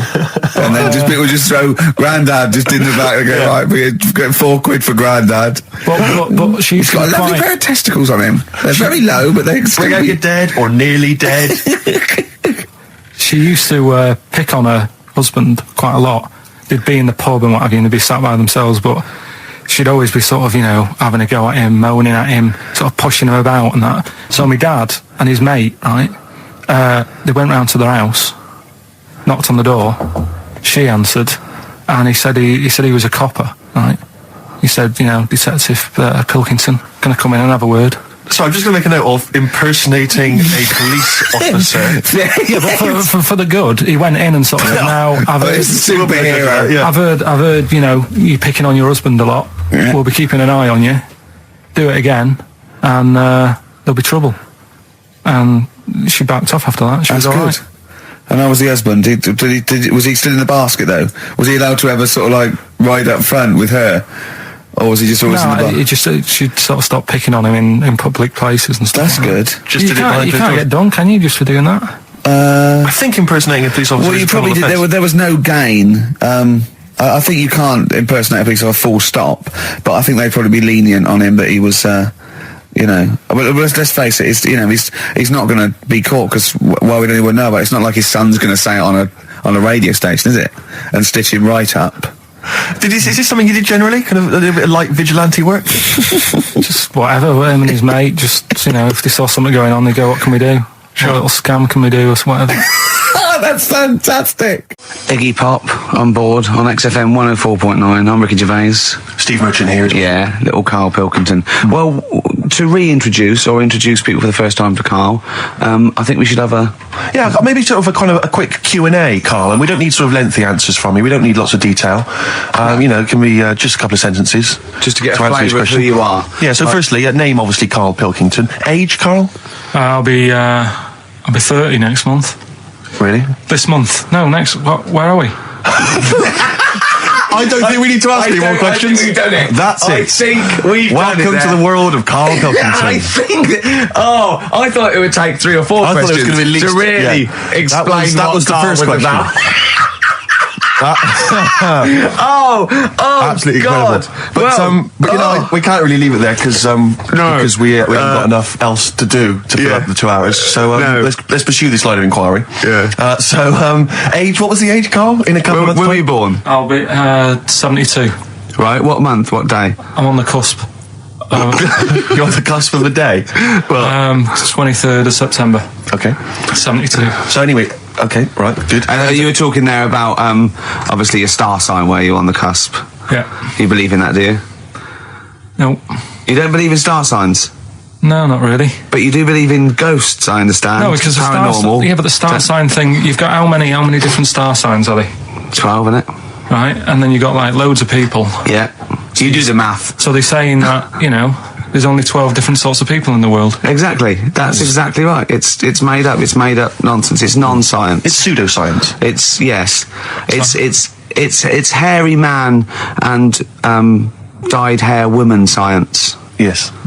Isn't it? All right. Yeah. Have you ever done anything in a play, Pilk? We know this, Karl. You've performed. Just haven't did you? the talent show, didn't I? Yeah. Oh, the talent show. Yeah. Remind us of the talent show. That's when I did Walk Like an Egyptian, dressed up as a woman. Yeah. Yeah. And did me magic trick. Oh, that's that. Is it an egg? The egg one. Yeah. What was the egg one again? When actually I've ruined it now saying the egg one, but I went on stage with like an hanky Yeah. And I said, at this point I was dressed up as a caretaker in it. Sure. Don't know why, can't remember. No. I was stood there with this hanky over my hand. Yeah. And I said, right, you're going to love this one. Yeah. I said, I'm going to make a bird appear in front of your eyes, right? Yeah. And I'm like, oh God, what's he going to do? So I'm stood there. Yeah, I'm sure they did. Pulled the hanky off. It was an egg. Had an egg, and I said, oh, it hasn't been born yet. That's brilliant. They loved it. Yeah. Yeah. Went wild for it, did they? Round of applause. Yeah. How old were you? Was that when you were your, like 17? Was that apart from your paper round? Was that the high point of your life so far? Is that the what's the No, I best? didn't really Carl, want to I'd do like it. to see you take that on the road. Or maybe at least up to the Edinburgh Festival next year. We're going to play a song now, right? One of my great track, Watch That Man, off one of my favourite albums, A Love Insane by David Bowie. But during that, can you think of a couple of things for me? What's the best thing that's ever happened to you? Can you think about that for 3 minutes? Me and Steve will leave you alone. Just the best thing that's ever happened to you. Remember and think that is amazing. Yeah, can you do that? Play the record. I tell you what. What? It's just reminded me What? weird stuff going on in the But it world. wasn't a baby, was it? Maybe it was a baby. Maybe it was a baby, but it had water on it, everything. Well, listen, right, Go on. this was a kid with a big head, as far as I'm concerned. He wasn't a baby. Go on. But we know what he's got, everything's sorted. But other things, right, that are weird in the world, Yeah, do you go know, on, you're Carl. always like, Yeah. you're going on about there's no ghosts and stuff. Yeah. Right? How do you answer this one? Yeah. Someone here who I work with, Yeah. right, I'm not going to say the house, it doesn't matter, but they were eating space cake, right? What do you mean by that, Carl? Explain. What's a space cake? For people who... It's some sort of druggy cake, isn't it? Yeah. Right? A dope brownie or whatever, yeah. Right. So with cannabis in it, is that what you're saying? I think it's something stronger than that, isn't it? I don't know. But anyway, he was having this space cake, and... You better give me the name now, Carl, because I've got to report him. No, listen. It's only... No, It 'cause really is doesn't still... matter. No. Is he Sturgis? Was it Claire Sturgis? Yeah, She let's say wouldn't it bother. is. She's gone on the hardest. She doesn't Sure, bother with yeah, those. she's just It jacked straight up. doesn't do anything to her Straight now. to the vein, yeah. So listen, Yeah. right? So he's at a party, right, Yeah. with his mates, and they're listening to the Star Sailor album, right? Right. And he's sat there, and he's had some of this cake, Right. and he's listening to the album, and his mate sat across the way talking to someone else, right? That's weird. The album's on, and he thinks to himself, this track's going on a bit. Yeah. And his mate across the way, who's talking to someone else, Heard him say it. heard him say it, and he goes, Yeah. yeah, isn't it? Yeah. So he goes, oh, Right. and he goes, See, usually at this point, I say this bloke taken drugs, but you started the story Yeah. with this bloke no. had done some drugs. Since, Right, Rick? No, if he was here now, Yeah. right, he would say, yeah, I know it sounds mental, Yeah. but it happened. And Yeah. it wasn't just a one question. It wasn't just like, oh, this track's a bit long, innit? Yeah, it is. He had a It whole was conversation. A whole conversation Sure. with the guy. And Yeah. the- What, but sorry, I just want to clarify. You mean he had the whole conversation telepathically? Yeah. Right. He didn't just shout across the And room. they've recently met up and like they've sat there and tried to like work out what happened. And it's never happened Presumably they again. don't have to talk at all anymore. Yeah. Why did they meet up? Couldn't they just like in their own homes? Just stay at home. Do they have to have that cake before they Yeah, before they start have having a to chat. conversation? Hold on, wait a minute, lads. Why are we using our lips? Yeah. This is using way too many... take them. There you go. My only question with that is, being skeptics like Ricky and I, whenever we hear a story like that about the paranormal, the first thing we always look for is maybe some other explanation. Yeah. Maybe one vague idea. Lying. Could be lying. Chinese whisper. As I think you pointed out, there are drugs. It's often, Drugs. an issue as well. Madness. Yeah. Fear. Delusion. Sleep. Yeah. You know, there are so many things you go through. I'm gonna go with the drugs. before your dead grandmother Exactly. pops into the equation. I'm for gonna me. go with the acid. Right. Tell the other story that you totally believe this as a true story, don't you? The fella with the being killed. Right, do you know how the other week we were talking about some fella who had his head cut off? And he said, when my head goes into the basket, I'm going to blink a lot. See how many times I can blink. But if you remember, when Carl first told me that, it was, I think it was Simon or Nick that pointed out. He goes, no, that's not quite right, Carl. Carl told me it, that he had his head cut off, and when his head was in the basket, it looked up and said, count how many times I blinked. Yeah, But sure. he believed that as well. Yeah, so he was happy. He was happy with that. Sure. Do you know what I mean? So yeah, a couple of weeks ago there was a guy. He had his head cut off, and before he had it off, he'd said, "I'm going to blink to show that there's life after death." And he did 32 blinks, Yeah, right? sure. So you two were sort of putting that down the other Yeah, week. we were sceptical of that. So I looked again On the internet? at some other website. Yeah. And there's a guy... Sorry, it's the website, just to clarify, the website is the place where you bought that property on the moon, didn't you? Because it was a bargain. Right. So this guy... Been gazumped. Look, we'll see who's been gazumped when this world ends. I've Yeah. got somewhere to go, Yeah. right? And I know you'll be calling me up, saying, "Oh, can I come with you?" Haven't you got like 2 square does it? No, I've got acres. You're going to have to stand deadly still on the moon in your 2 square foot. I've got about 20 There's no place acres. for Suzanne. It'll just be you. I'm off, love. It's all those people with big heads and web feet that've been buying it all these years. Well, listen, right? Go on. Anyway, Play a record. Tell us the story after it. We've been chatting for far Sorry, too long Carl. No, there's no here. Play a record. tune. We'll come back with What this. do you wanna What's play? this? Another ghost story? Let's play one of my favourite songs of all time, because I'm going on holiday and getting into a lovely serene mood. Sorrento is probably from that. It's Neil Young, After the Gold Rush. Beautiful. Still to come, that competition as well. Look forward to that. Carl's quiz. Yeah. What an amazing track that is. Beautiful tune, yeah. Neil Young, Dynamite. After the Gold Rush. So go on, Carl. Sorry. Go on, Carl. So just take us back a few steps, Carl. What's the story? right, so I did some research, right? Let's just recap again. There was a guy you read about who had his head chopped off. He was guillotined. Yeah. He had said to the people around him, Count my "I am going blinks. to blink once I've had my head cut off to So show the brain that life can still... or the brain Yeah. can continue to work after, Yeah. after Yeah. death." Okay, so yeah, we queried that. So you weren't having any of it. Well, no, possibly for a few seconds till the oxygen stops being fed to the cells because the blood has drained away. But, nothing spectacular. So Right, go on. well, along the similar sort of lines, right? This is quite a few years ago. This fella sort of upset the royal family doing something, right? So they said that this isn't good. Wasn't Ben out under that Jubilee thing, was it? I can't remember what it was, and they said, right, That was terrible. We're gonna cut your head off. You gotta show people that you can't be doing what you've been doing. What was this? The 1970s? What you said a couple of years ago? You mean maybe sort of Was it the olden days when the phones weren't very good? Ages ago. Yeah. ages ago? Sure. So I said, yeah, fair enough. Yeah. So Very philosophical. Yeah, imagine that when you watching the history. Take your head off. This was literally ages ago. Yeah, exactly. Yeah, go Simon on. Sharma's History of Britain. Yeah. Oh, So- and even before that, which is yonks before, when it was all mental and different. Sorry, Carl, go on. So he's having his head cut off, and he's resigned to it. it's the day before. He's kind of got it into his head now that I'm not going to have my head much longer. Sure. So he said, let's make use of this. Yeah. He said, I wonder how long the body can stay alive without my head on it, right? So they were like, I don't know. So Hoover. so The jailers. whoever he was asking. These jailers with one eye. Yeah. Get out, pal. So he said, No, wait a minute. I've got an interesting scientific experiment, jailer. Well, Yeah. fair enough. What is it? So he said, what I want to do, right? He said, surely it's my last right. I'm going to be dead tomorrow. Sure. So let's He do a didn't draw it test. out this long, did he? Yeah, he said, let's test this out. He said, do us a favour. He said, it's my last day. What I want you to do is, you're going to cut my head off. Let's put a white line on the floor Right. and see if, because there's no point asking how far he can sort of walk without an head if there isn't a line, because you don't know what to count. Do you know what I mean? If he loses his head and he's running around all over the place, you can't really count That's that. not impressive enough. Yeah. So they said, let's make a white line. Sure. Yeah. Who said And- this? He did or they did? I think they started to join in with him and saying, well, let's make this a... Sure. You guess it. Go on. So, They got Norris McWhirr down. The Guinness people. Oh. Yeah. so they said, let's get this white line. Yeah. And Dedication's all you need. we'll do this tomorrow. And he said, all right, then I'll see you in the morning. So we go- I'll see you in the morning. Night, sleep tight.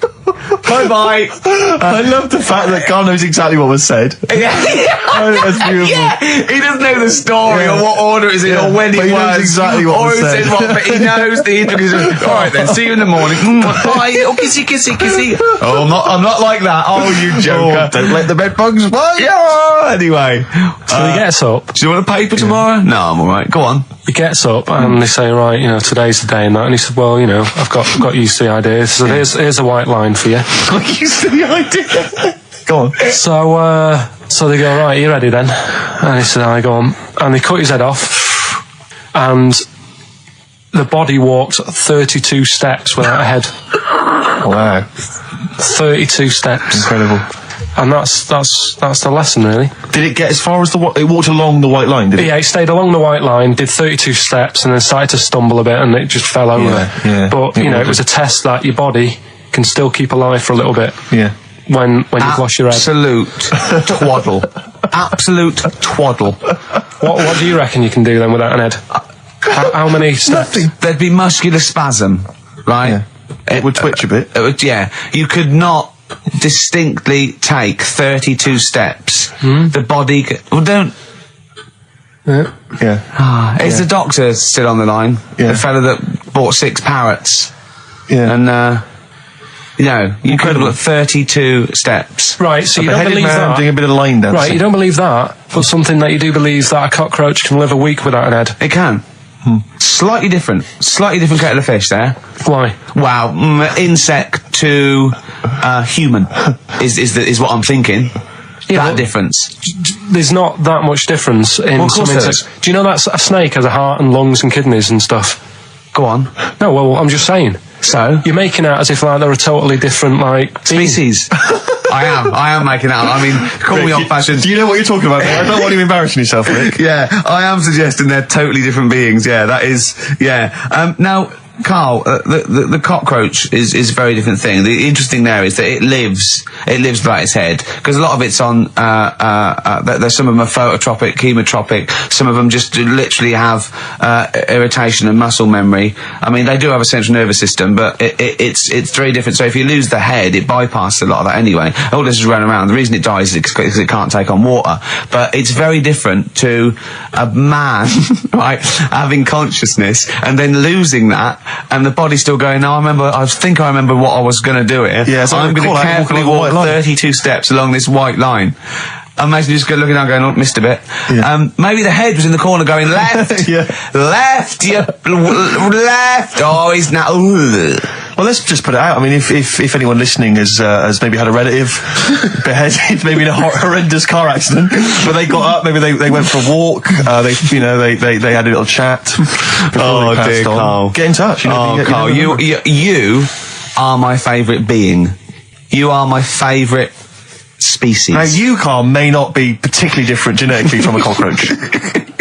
You are, Why can generally cockroaches speaking. do that? Why whoever made them went... Let's play a record. Do you know what? When I told him this fact, I send him little facts on text messages just to inflame his, interest. I just sent him a cockroach can live 9 days without its head. He texted back, "What's the point of that? Yeah.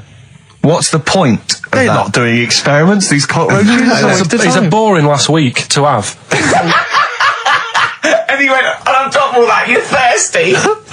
So it's the worst week of your life, isn't it? That week without your head. Play a record. Play a record, Carl. Competition time next. Oh. Look at his little face. Look at his little You've not heard face. Carl's competition. Oh, he could live with that in head.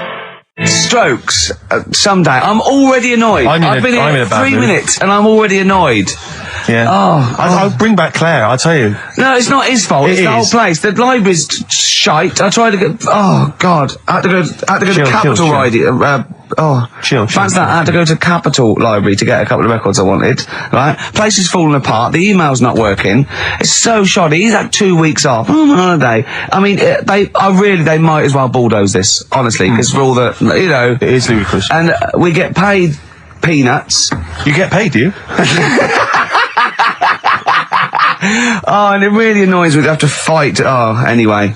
Anyway, just calm down. 104.9, I'm Ricky Gervais, with me, Steve Merchant and Karl Pilkington. Karl, you're back. All right. How was it? What, the holiday? Yeah. Well, it wasn't all fun, was it? Because my dad was in hospital. Oh, but he wasn't during the holiday. Not during the holiday, though, was he? You came back from holiday and then found that out, didn't you? Yeah, but it happened when I was on holiday. Did you know that, though, when you're on holiday? No, because I didn't take my phone with me. Well, The weird thing is, Yeah. I got a feeling when I was sat there, because it normally happens. It wasn't a nudie speech, was it? When I first went away, We saw that old fellow with his packet out. when I went to Ibiza, right, I had a feeling, and I called home. My dad had punctured a lung. When And you this say you time- had a feeling, what do you mean, a feeling? Just like, I should call home. There's something not right. But this That's a time, very I thought, specific feeling. How did that manifest itself? How did you get that? What kind of feeling? Is that tingling thing? I'm getting a bit of a lung feeling. Yeah. A bit of a dad lung feeling. That feels like a punctured lung. Hold on. Well, anyway. No, but anyway, the holiday was good. We talked about it last week. Well, now, but- let's probe Karl about his holiday, because you know that's the sort of thing that audiences will stay tuned for, Rick. I'm pretty certain. Yeah, sure. Find out about you know more things. about this radio business than me. You know, That's true you enough. hooked them already. Indeed, yeah.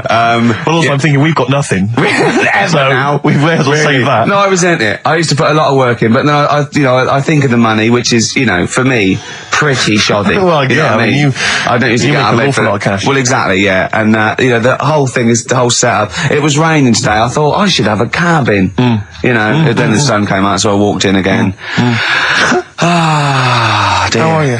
So where did you go, Karl? What was the story? It was my birthday, right? Went home after working with you a couple of Saturdays ago, right?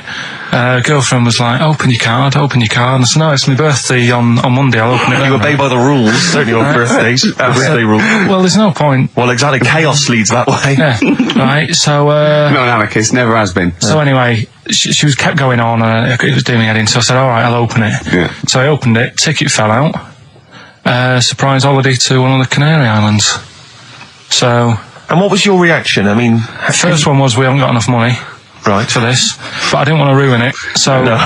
so I didn't go on about that, and I said, oh, it'd be great, so I can't wait. So, Did you say it in that tone of voice? well, it was good timing because I was tired and everything, and I'm not a big holiday fan, No. but the timing was right.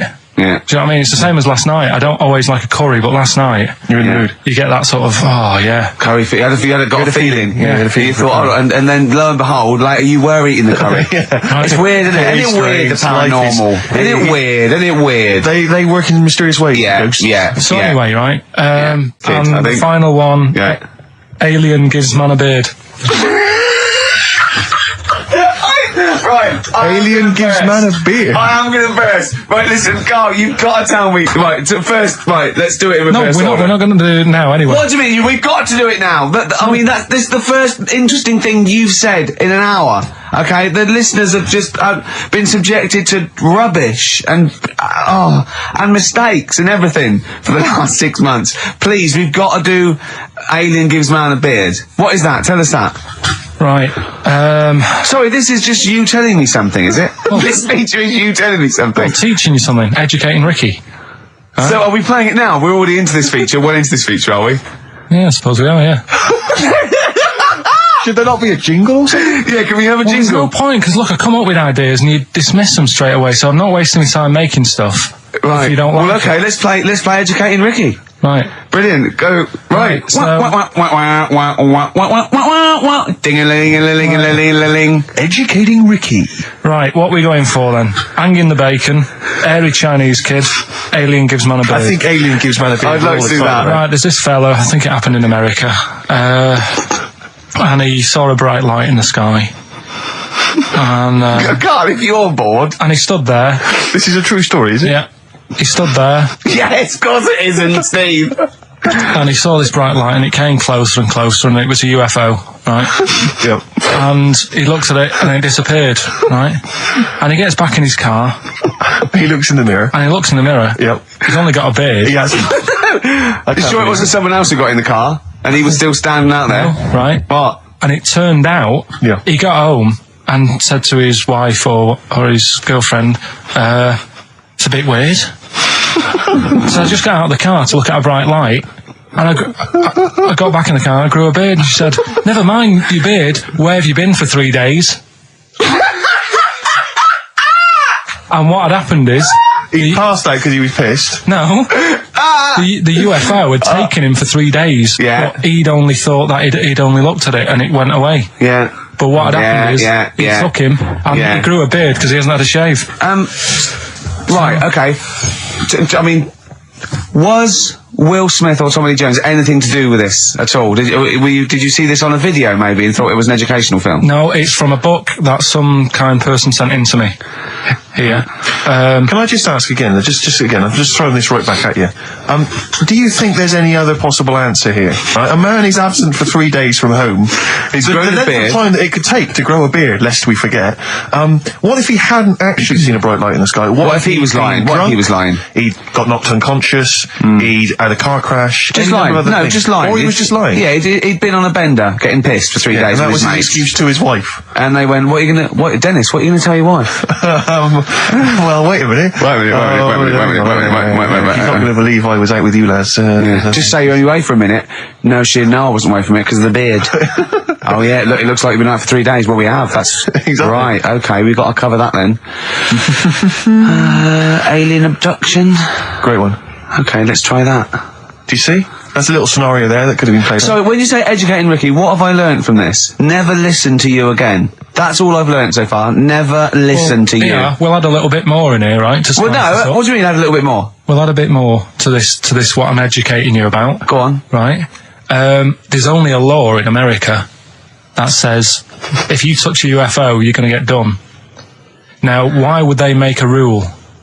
I don't know that. Do you know, like all their rules have a code? Carl, I genuinely do not know what you're talking about. Right? Do you know, like how here they might have? Do you know I what? have no idea. Right, Okay. Do you know, like over here? I'm listening to Capital and these headphones. I got Foxy on from yesterday. Right, let's bin that. No way, it's great. No, I want to hear about Airy Chinese Kid. Let's play a tune. And Okay, then come play a back tune. with Come back with Chinese Kid. Wait, Definitely. some doors. Yeah, I Yeah. just thought I'd go back, take it back to the 60s. This is a tune that a friend of mine sent If me. you touch a UFO, you get done. Soul Kitchen from the Doors. Shambles today. This. Right. Okay. Educating Ricky. What have we got? Airy Chinese Kid. Go on. Right. Yeah. This is the. I didn't want to do this. What do you mean you want to do it? Well, I wanted to give you three, and I gave you one. It was like the alien man gets a beard or whatever. Yeah. And- Which was total rubbish. So this one should be better, maybe. Hairy Chinese kid. Right, well, we've talked about hairy people in the past. True enough. Haven't we? Yeah. You know, the little kids who grew up in woods and hung around with wolves and that. Yeah. Again, you're confusing it. Yeah, they're not. There were some people that were born very hirsute. They were not the people who were brought up with wolves. Yeah. You just put that together in your Homer Simpson type mind. Right, well, this is like a sort of close to that sort of story. But the weird thing is, right, Chinese people aren't that hairy as a nation. No, seriously, that's a well-known fact. They don't have that much body hair and stuff. Okay. So this little kid who was born over there, he was like covered in stuff. Was he? And it was only his nose that wasn't hairy. The rest of his body was caked in hair, right? And his hair sort of What grew. sort of hair was it? Was Thick hair. No, what I mean is, was it sort of like a pony's mane, so he just looked like an Ewok? You know what I mean? Just like hanging down sort of straight, dark hair. In the picture, it looked like it grows was it from his downy? eyebrow. It grows from his eyebrows quite thick, and then it just goes all the way over You his don't head. think it was just really long eyebrows that he'd done a comb over? No, it was all over his body. It had a picture of like his back and that. Yeah. And Had he styled it? Had he styled it at all? Did he have it in a quiff or? no, it was just hanging everywhere. all over him. Yeah. And they were like, you know, this is a bit weird happening in China, where we're not normally that hairy. That was the scientist speaking there. Yeah. And the local press and that were getting him down, calling him monkey boy and all this. Oh, And thinking Chinese press. but the doctor, Yeah. Oh. They're cruel, aren't they? It's like those game shows. That's Japanese, isn't it? Yeah. That's what. Yeah. and the doctor said, Was Carl talking through all that time while we were just like talking to each other then? Because I turned round and I still saw he was talking. Go So on. anyway, the local press came in to see the hairy boy, the monkey yeah, boy. and they were like being tight, taking the mickey out of him. And the doctor said, Throwing him nuts. he's only hairy. Said he's a healthy young kid. The only faults he's got is he's got a little bit of eczema and a boil. And he said everybody should just treat him the same, and I think he grew up a healthy kid.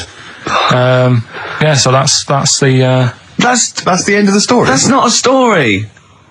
why. But I've got nothing. I don't know what to say to that. So someone in China was born slightly hairier than the rest, and he was normal apart from eczema and a boil. That to me isn't a story.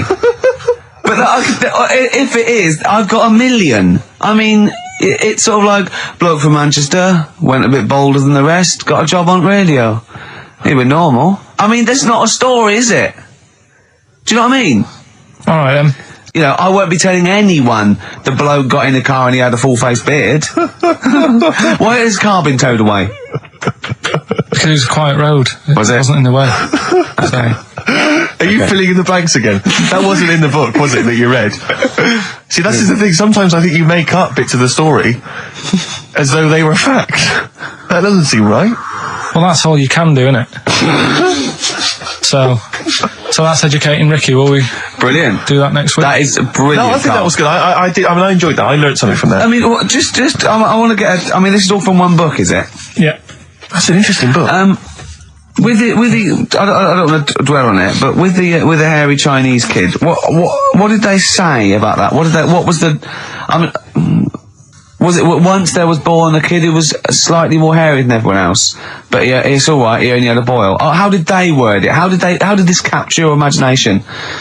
It was a picture that grabbed me first of all. Yeah. Sure. And it was like, God, what's up with him? And that's when I read it. Did you see the boil and the eczema or just the hair? No, you see, because his face is like, just under his eyes is sort of nice and smooth, and his nose is sticking out, and that's not hairy. But the rest of him, it looked like he had the sort of a balaclava on or something. And then I read on, and it's like, this is a hairy kid in China. Yeah. So. Yeah. Okay, good. Anything else in there? Because, I mean, I like that. We'll do more of that next week. How is that alongside hanging bacon, alien abduction, a hairy Chinese kid, and a little interesting fact about the derivation of a phrase? What do you mean? He didn't understand a word of that. I knew the word derivation was going to cause problems. I thought derivation shouldn't have come out.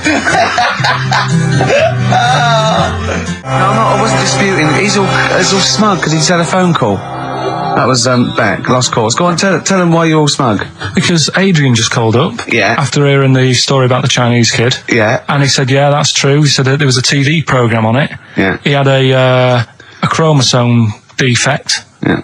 And it made him hairy. And his mum and dad used to have to shave him. That wasn't in the book. But thinking about it, that's not a good move anyway, is it? Because they say that for women, if you get a few hairs on your top lip, don't shave it because it'll grow back thicker and faster.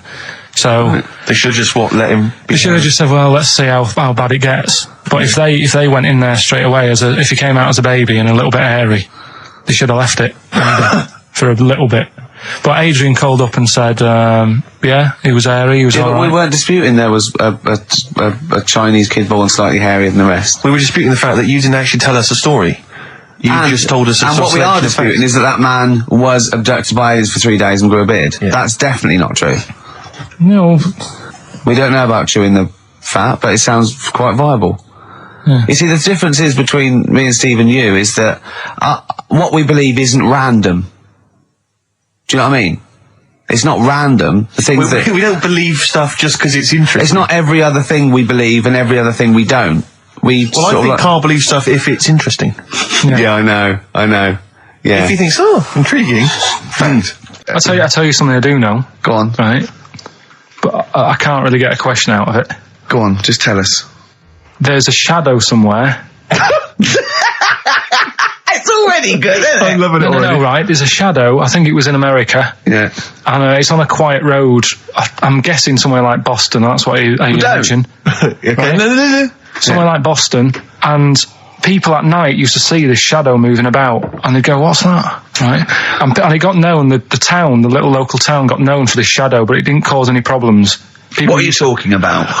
You lost me. What are you talking about? Do you know, like some places get famous, like Scotland's got the Loch Ness Monster and that, but it doesn't cause any. Yeah. But it doesn't cause any problems. It doesn't exist. Go on. Right. So there's this shadow walking about on the road. What do you mean? No, what's he again? Rubbish. Right. So he's nonsense. Walking about, where did you read this? Where did you see this? He's walking about. This was on the internet, and I'm sure. Sorry, sorry. Right. I thought it was shite. I didn't know it was on the internet. Right, so this shadow is moving about and independently of an object. Yeah, and the local mayor and that is like, yeah, it's a bit weird, but it's not harming anyone. The mayor involved. Was he elected to that post? Hey, mayor, we got a problem down here. Seems like a shadow. Well, it's not causing any. No, it's just causing any problems. Yeah, but that's the thing. It was left for years, and then it did start causing problems. I see. That's it. If you leave these shadows to go unchecked, Rick, they go crazy. Yeah. You let them run amok in the city. Yeah, you've got to stand down on Roman shadows. What did the shadow do? It was pushing people off the bikes. It was what? It was pushing people off the bikes. Oh, I'll find out more for that next week. Right, that'll tease oh, them. you're a maniac. We'll do more on that. We haven't had time for educating. Please never have children. Right, listen. Just promise me now you'll never have kids. We haven't got time. Okay, listen. All right, DJ Shadow, have we got time to give these tickets away? Yeah, if they just call up, we'll. No, I'll tell you what. I've got a question. Right, Go on. where does Karl think this may have taken place? If you've been listening to the show, where do you think this evil shadow has been running amok? Let us know. The number, Karl? 08700 800 1234. So, Excellent. but that's it. We are actually out of time. We are indeed. Now. Have I got time for a song for the ladies? It's a bit tight. I was Why? told to finish It's now. 5:02. I know, but we've got to get finished early today. So Why? just because we have, and we're wasting more time talking about why we have to. Oh, this is pathetic. So they call up. Where did they see the ghost? Yeah. And you've got to pick the tickets up from reception. You can go tonight, see DJ Shadow. That's Shoddy. it. This Right? is shoddy. Right. See you then.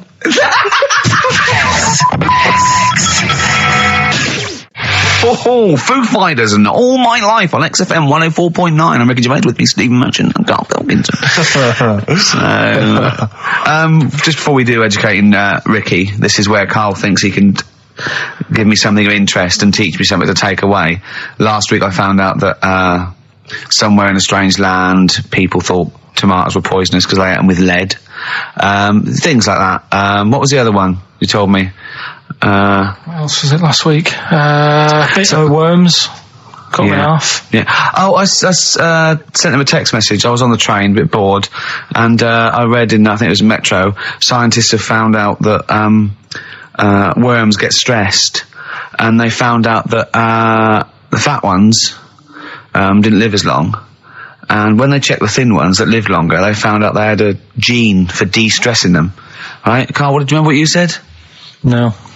He went, well, that's stupid, isn't it? He said, did these other ones die of natural causes? I went, yeah. He went, all right. Because it could be that the fat ones couldn't get off the pavement quick enough and got squashed. So maybe the scientists go, yeah, we didn't. Yeah, they come to think of it, they were flat as well as fat. I think the reason that the worms are getting stressed is because people like Karl are cutting them in half to try and make 2 snakes. Yeah. Yeah. Two worms. Yeah. That's the concern. he said they can't even commit suicide if they're stressed by cutting their throat. I also sent what I thought was quite interesting, that the scientists have found that the elephant hasn't got the best memory. The sea lion has, Right. based on they've got a sea lion and they got it back into the old laboratory. 10 years after it taught it a simple trick, and it could still do the trick. What did you say to that, Karl? I'd say they don't go up to much anyway.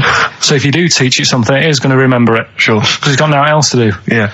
And then it also, I mean, I like sea lions. They look nice and everything, but what do they do? What was that? Sea lions? Yeah, what are they here for? It's another jellyfish, as far as I'm concerned. It's like, it's there and people know about them, but what do they do? Yeah. What do we do? What do we do, Karl? Well, what do we do? A cat, first, Steve said, is good for your heart. So Why is it all geared to what's good for us? Well. Anyway. Educating Ricky. Good, we've settled that then. Go on. The titles that are meant to sort of pull you in. Yeah. We've got, what was it? Stocking, Aitken and Waterman. Yeah. You've got It's Not His Vault. And Get a Load with This. Get a load of this. So, which pun do I pick first? I think I'll go for get a load of this. Get a lobe of this. Yeah, get a load of this. Yeah. Well, that's a story about a girl who she was deaf, right, for 4 years, and it happened quite a bit back this. What year? Or was it? I think it was ages ago. Was it? About quite a bit back. She was deaf for about 4 years, having an argument with her mum, it said, which I didn't quite understand, because I don't know how they do that. Yeah. But she was having an argument, and a man pushed her against a wall, and she banged her head, and her hearing came back. Okay. Was she wearing a Walkman and it fell out? And she'd realised, There's no explanation. There's no explanation. Well, why is that teaching me something Right, then? so I knew you'd say this, right? So I thought, right, I'll stick something on it. Do you know that bees are deaf? No, you can't just, no. If you ask someone something they don't know the answer to, they don't tell you something else. Just, I'll tell you something else then. I can't answer that, I'll tell you something else. Imagine that, if you asked a teacher. Look. How do birds fly? Wow, if you're going to do that, tallest building is. I mean, what? Well, That was the equivalent, Carl, of running away when we asked you a question. Yeah, the intellectual equivalent. Look over there, there's a monster. Yeah. Listen, what do you mean? What she? Okay, so So her there's hearing no came back. explanation. There's no explanation, or you don't know. well, there isn't one, is there, really? It's a bit What? weird. Did, the doctors, only did thing the doctors not look into it? No, I think they just said, oh, that's good. So again, I don't. Where did this information go? Is that if you read this on Is the net? that Is that it? all they put on There the was net? once a deaf woman who hit her head and she And her could hear. hearing came back. It was bizarre things about being deaf. Was there And- three Yeah. was there I've sort got of- that book. Yeah, it's a good book. That Was there three Yeah. more pages you just couldn't be bothered to read off? Yeah. No, it was just a little bit, and it Was there a said- little picture, a cartoon picture? no pictures. I just And we read going, it. ow, Look, ow, if I you don't can want to hear. know, if you don't want to learn, you know. Yeah. Okay. It's not his fault. Let me have It's Not His Fault. You got to save this. This has got to teach me something. It'll be an interesting story. Right, it's not his vault. This fella, Yeah. What year? Ages ago? Olden times? I'd say in the 70s, Okay. Would you? Any evidence for that? and Does he wear flares in the story? Right. Is that your This- reason? no, it's a bit like Yuri Geller, this fella, right, where Oh, yeah. he's electric, He's electric. and if he walks past the telly would fizz. Uh-huh. If he walked past the radio, it all goes like that. Ooh. His hair stuck up all the time, and he'd be having a bath, and everything would be all right, and then the power would sort of switch on in his body, and the electric in his body made him jump out of the bath. So, What do you mean so? What is that so? What does that so mean? You've given us nothing. You've given us nothing. You'd have to at least give us the scientific explanation. Yeah. electric eels have 400 volts in them. Oh, is this the running away again? What was that one called? Yeah, but but It's not his vault. but there's a reason that not his fault. It's not his fault. I thought it was going to be something about keeping it safe. I think we should do these the other way round. I It's think you not should his tell us fault. the story and then we'll hear the pun. It's not his fault. It's not his fault. Right, let's leave it. Play a tune. Forget it. Educating Ricky. Bin it. We're not doing it. No, we are. A text message today from Ross Noble. You know Ross Noble, the comedian. It was on. Oh, I've got news for you. Right. He says, ask Carl if he woke up with ladies' boobs, would he just put a dress on and live as a lady, or would he just be a man but with these boobs? Carl, it's a good question. I know that happened to Ross, so he's throwing that one out at you. It did in a way because he ate pizzas for a year, Yes, didn't he? he did, yeah. And he got a lovely pair of breasts. Yeah. Go on. Probably The boobs. just find a loose fitting jumper, go to the doctor's. What would you say to the doctor? How would you explain this phenomenon to the doctor? So you'd be happy with this because you believe in shite, like No. happening. Go on. But What? it can happen, because I told you a couple of weeks ago how What? that can happen. What How you can wake up with breasts if you're a fella. I told you. Go on. Haven't you remembered? No, funny that, isn't it? Go on. Have you, Steve? No, I don't remember this. Did you tell us on air? Yeah. It can happen if you go to Argentina and have a steak. You can wake up with breasts. Because I'm sure I'd have remembered that. Pull the other one. Look, he likes that. He likes that. Is that what you've come up with this week? That joke? Yeah. Brilliant. Play a record. It's going to be a dynamite show. songs you want. Listen, look, I'm going to play some classic tunes today. I'm going to educate the youngsters, Steve. Uh-huh. Right, now, you've all heard of Lou Reed, you've all heard of Velvet Underground, but, have you heard of Venus in Furs, Carl? Shiny, shiny, shiny boots of leather. Do you know, like, I've talked about ghosts, and we had that good discussion the other week walking to Piccadilly Circus Station, and I was telling you about ghosts, and you were saying, Carl, don't be an idiot, and all that. Spoke to a woman in the week, done a little interview with You've her. done a little interview. Done a little interview, 2 minutes or so, with a woman who's got ghosts in her house. So I look forward to hearing that later. That sounds got that brilliant. coming up later. Well, I'm going to play a classic tune now. I've just gone straight for it. I've gone for the jugular. This is Ziggy Stardust by David Bowie. Well, I teased you with it before. You're going to get it out again?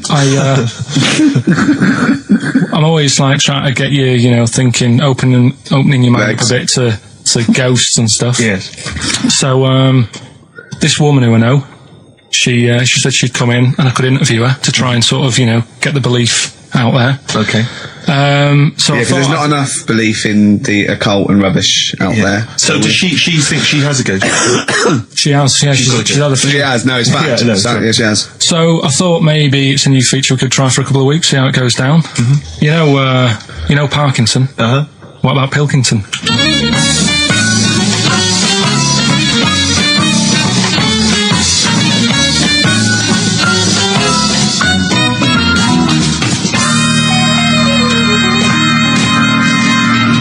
Welcome to Pilkington. Thank you. My guest today is Taryn. She's a plugger. You're still a plugger, aren't you? No, do co-management. Right, now. she does co-management, but she was a plugger. She looks after Therapy, Raging Speedhorn, Slash, all the big names, yeah? But we're not here to talk about music today. We do a lot of that on XFM. Today we're talking ghosts. Now, Ricky and Steve, who I do the show with, they're not having any of it. So I said, well, I know someone who, gets on with ghosts. There's a lot of them. So I thought I'd get you in today, have a little chat for a couple of minutes, just to sum up the story so they get an idea of what happened. You had a horse, yeah? You had it in some stables. Yeah. He hasn't let her speak yet. You went to, look after it and that, play around with it, take it for a ride and that. Riding. Yeah. Two of your mates were in the stable where your horse is. Not my stable, in the opposite stable. In the opposite stable. And I heard them giggling and They're getting messing up to about and something. that, yeah. You heard them having a laugh. So you thought, right, what are they up to? So you go in and they're messing about with a Ouija board. Yeah. Right. So this is where you come in. Did you get involved with the Ouija board? Unfortunately, I did. Right. And what happened then? I was like, oh, you don't believe in this. Oh, let me have a go. Right. And ask a few questions, put our hands on, and it actually started moving. So a lot of the stuff you asked it, did the things happen that you Yes, asked? they did. Right? So that's scary for a start, right? We haven't even got to the ghost bit yet. So you mess about Trap with that. soul, Yeah. I like to call Right, it. trap soul. So you're messing about on the Ouija board. You say, right, I've had enough of this now. Yeah. I've got all the answers I need. Yeah. You go home. Didn't like them. You go in the house and it's a bit nippy. The flat is absolutely fine. It's when I went into the bedroom. You've got to remember, it's a very, very warm, hot evening. Right. And walk into the bedroom and note it is cold, colder than usual. But I'm actually quite glad because it's so hot. Right, okay. Completely ignored the fact that the windows were all shut but the curtains were blowing. Didn't sleep well at all. Right. Next evening, same again. Freezing. Yeah, very, very noticeably cold. Curtains blowing. Yeah, I'm fast asleep, get woken up, the wardrobe's opening. So at this point, this is where we clear up. You're not on crack. You're not Oh, never touched drugs in my entire life. You're not a drinker. No. I would have the odd glass of red wine. Yeah, right. That's all right. They recommend that anyway. You say it's good for your heart. What started happening was, as the week progressed, I also felt the bed covers at one point at night fold over, double bed, the bed covers fold over, and it was like someone was getting in the bed next to me. But you've got to remember, when you're in a deep sleep, Yeah. you're not quite thinking, and you're thinking, I'm losing it. I was getting more and more tired, more and more a little stressed. I'm really thinking I was having a breakdown. The final straw was when the clothes on the end of my bed that I just throw hit me. How come you were going back home at night? Because I was sceptical. In fact, 6 months ago, I just said, I don't want to go there. People will think I'm mad. But you know what? I don't care. Yeah. I know there's more out there. Well, brilliant. Well, cheers for that, and thanks for being a guest on Pilkington.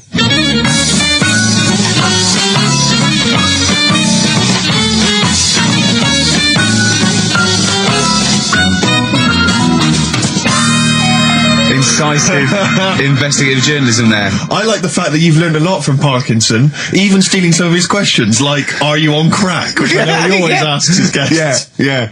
I like the fact that when she went, I don't know, I have the occasional red wave, well, that's alright for you. Good for your heart.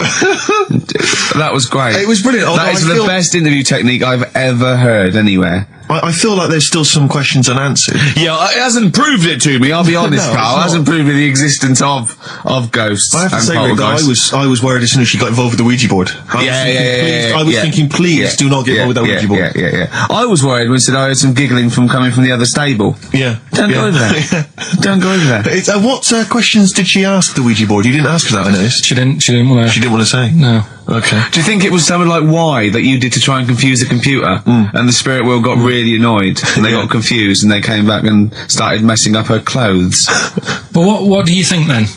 What do you mean? What do you mean? What do I think? What do you think? Do you know what I mean? What about what? What? There's nothing I can answer there. There's nothing I can answer. All right. She said. Well, I'll just keep saying I don't believe in the existence of ghosts because of the impossibility. Right. Now, when she said, I mean, the interview I did for 50 minutes. You did for how long? 50 minutes. 50? But I 50 thought, minutes? yeah, we might use that at Christmas or something, right? But the thing is... Well, that's right, the best you got out of 50 minutes. No. They're the highlights. No, I'll be honest. MTV are not going to call again. I'll tell you what, right? It did get a bit dark, and I didn't want that Don't want to sort of spook stuff people going out out. Saturday Right? afternoon, yeah. But I can understand the heating thing. I said, well, you know, in the full interview, I was saying, you know, that could be anything, couldn't it? Heating broke or something. Now, she said what else was she talking about? Someone got into the bed next to her. Yeah, I mean, I sort of said, well, you know, how did that happen? Yeah. And she couldn't explain it herself, but Sure, I said, sure. but it did wake you up. Maybe you're a little bit sort of, still. Although the only explanation I can think of, if she didn't actually see anyone, is it was a ghost. Yeah, well, that She's was probably got a ghost But getting in bed. what Go on. about cupboards opening and shutting? See, again, the only explanation for that is a ghost. Yeah. Well, I can't think of anything else. Play a record. It's got to be a Yeah, ghost. it is ghost. I think you've proven it to us. Yeah, a spirit. Street spirit? Yeah. Nice. Whatever. Hey. Street Spirit. Radiohead. So, turns out ghosts do exist Yeah. after all, Steve. A woman, what Carl knows, proved it. I've got egg on my face. Yeah. On XFM. Instantly, Rick, I should just encourage you and everyone else listening. I really have got egg on my face. Is that what you're going to say? Yeah, I've just been eating an omelette. James Randi, a hero of yours and a hero Yeah, of mine. yeah. He's on TV this week on Horizon. I think it's maybe Thursday. Check press for details. Trying to expose the nonsense that is homeopathy. Oh, yeah, I saw that, yeah. So, look forward to that. Do you know what that is, Carl? Oh, go on. They've got a theory that if you say you got something an essential oil or something in a solution, 1 in 10 solution, and it does something to you, actually does something to you, they've got this thing where they dilute it to there's nothing in it, but because they're using the same water, and the water still has the same effect. It's sort of like a placebo that works. You know, that's the sort of theory of it. What time's that on? I checked the papers, but I think it's sort of 9 o'clock Thursday, something like that. It'll be interesting though, Carl. It will be interesting, mate. Trust me. And a boxer that is in peak, you know, with that, basically, you've seen the ones, they just look, you know, like Bruce Lee. Yeah. They're 8%. 8%, wow. fat. So, Is that I mean, good for you? Well, I don't think it's that bad for you. I mean, you know, you need a bit of fat. Bruce Lee supposedly, I mean, there's so many rumours, I'm sure you're fascinated by them, Carl, conspiracy theories surrounding Bruce Lee's death. Yeah. One of which is that his body was at the peak of physical perfection. He had an aspirin because of a headache, and it reacted with his, because just the impurities in the aspirin killed him. Yeah, you're nodding. because it's sort of like quite interesting and a bit weird. Yeah, He'll have yes, that's fact. He'll have Well, are you aware of the fact that supposedly he actually cheated death? He actually faked his own death so he could work undercover for the Hong Kong police. Are you aware of that? Yeah. Do you believe that as well? Not so convinced. I don't know. Do you believe he could kill a man by putting all his energy into a trembling hand and touching him and every blood vessel burst? Well, it's just another form of trickery, isn't it? I mean, you met up with Darren, didn't you? With Darren Brown, yeah. Darren Brown. Yeah, he's incredible. Yeah, he's probably the Britain's best illusionist, if you don't mind me saying. Yeah. I'll talk You can about put that on a later. poster if you want. Tell you what, though, right? Changing the subject a bit. We were talking about a fly getting in that pod. Yeah. Read in the week when I was searching for stuff to educate, you know, the Educate Ricky section, which we will be Do you want to ditching. answer that phone, because it's annoying me? Who's phoning? I don't know, it's obviously someone who doesn't know that you're talking at the moment, so leave it. Let him finish your point. Let him finish your point. It could be Leave it. it could be the head of. Leave it. Yeah, go on. Could be the head of XFM. Yeah. Oh, I'm so scared. No. We must No, I won't be embarrassing him. I know, going, don't call me when I'm working. Nice. We're up. Fighting against the machine. High five. Yeah. Raging against the machine. So anyway, yeah, right. We were talking about flies getting in a pod, and do you know, like how a Barbie doll, if it was real, it wouldn't be able to work. Do you know what I mean? A Barbie doll, if a woman had the Proportions. she wouldn't be able to tie her shoelaces up and stuff because her legs are too long for her back and all that. Flies, scientists can't work out how they fly. It's a bee. It's a bee. It's a bee, not a fly. No, a fly as well. No. A fly is, apparently its body is like too big for its wings, and they still can't work it out. Yeah. How it flies. Which in your mind says what? Something spooky going on there? They have worked it out. It's the fact that what they do, the wing actually beats a ridiculous about 150 times a second, so it displaces air. Yeah. Yeah. So they have. I know what you mean. I know what you mean. It's incredible that it can fly because it's got such small wings. Yeah. All right. And it's a bee, not a fly. So, yeah, but other than that, good point. Bowie. Another classic. Be My Wife off the Low album, David Bowie. Carl, you don't feel depressed, mate. Don't feel low. You know, you can't be right about everything. So, 3 stories. Don't rub it too hard, you'll get a rasher. Enough is anus. And We'll have that one then. that one. Yeah. Right, well,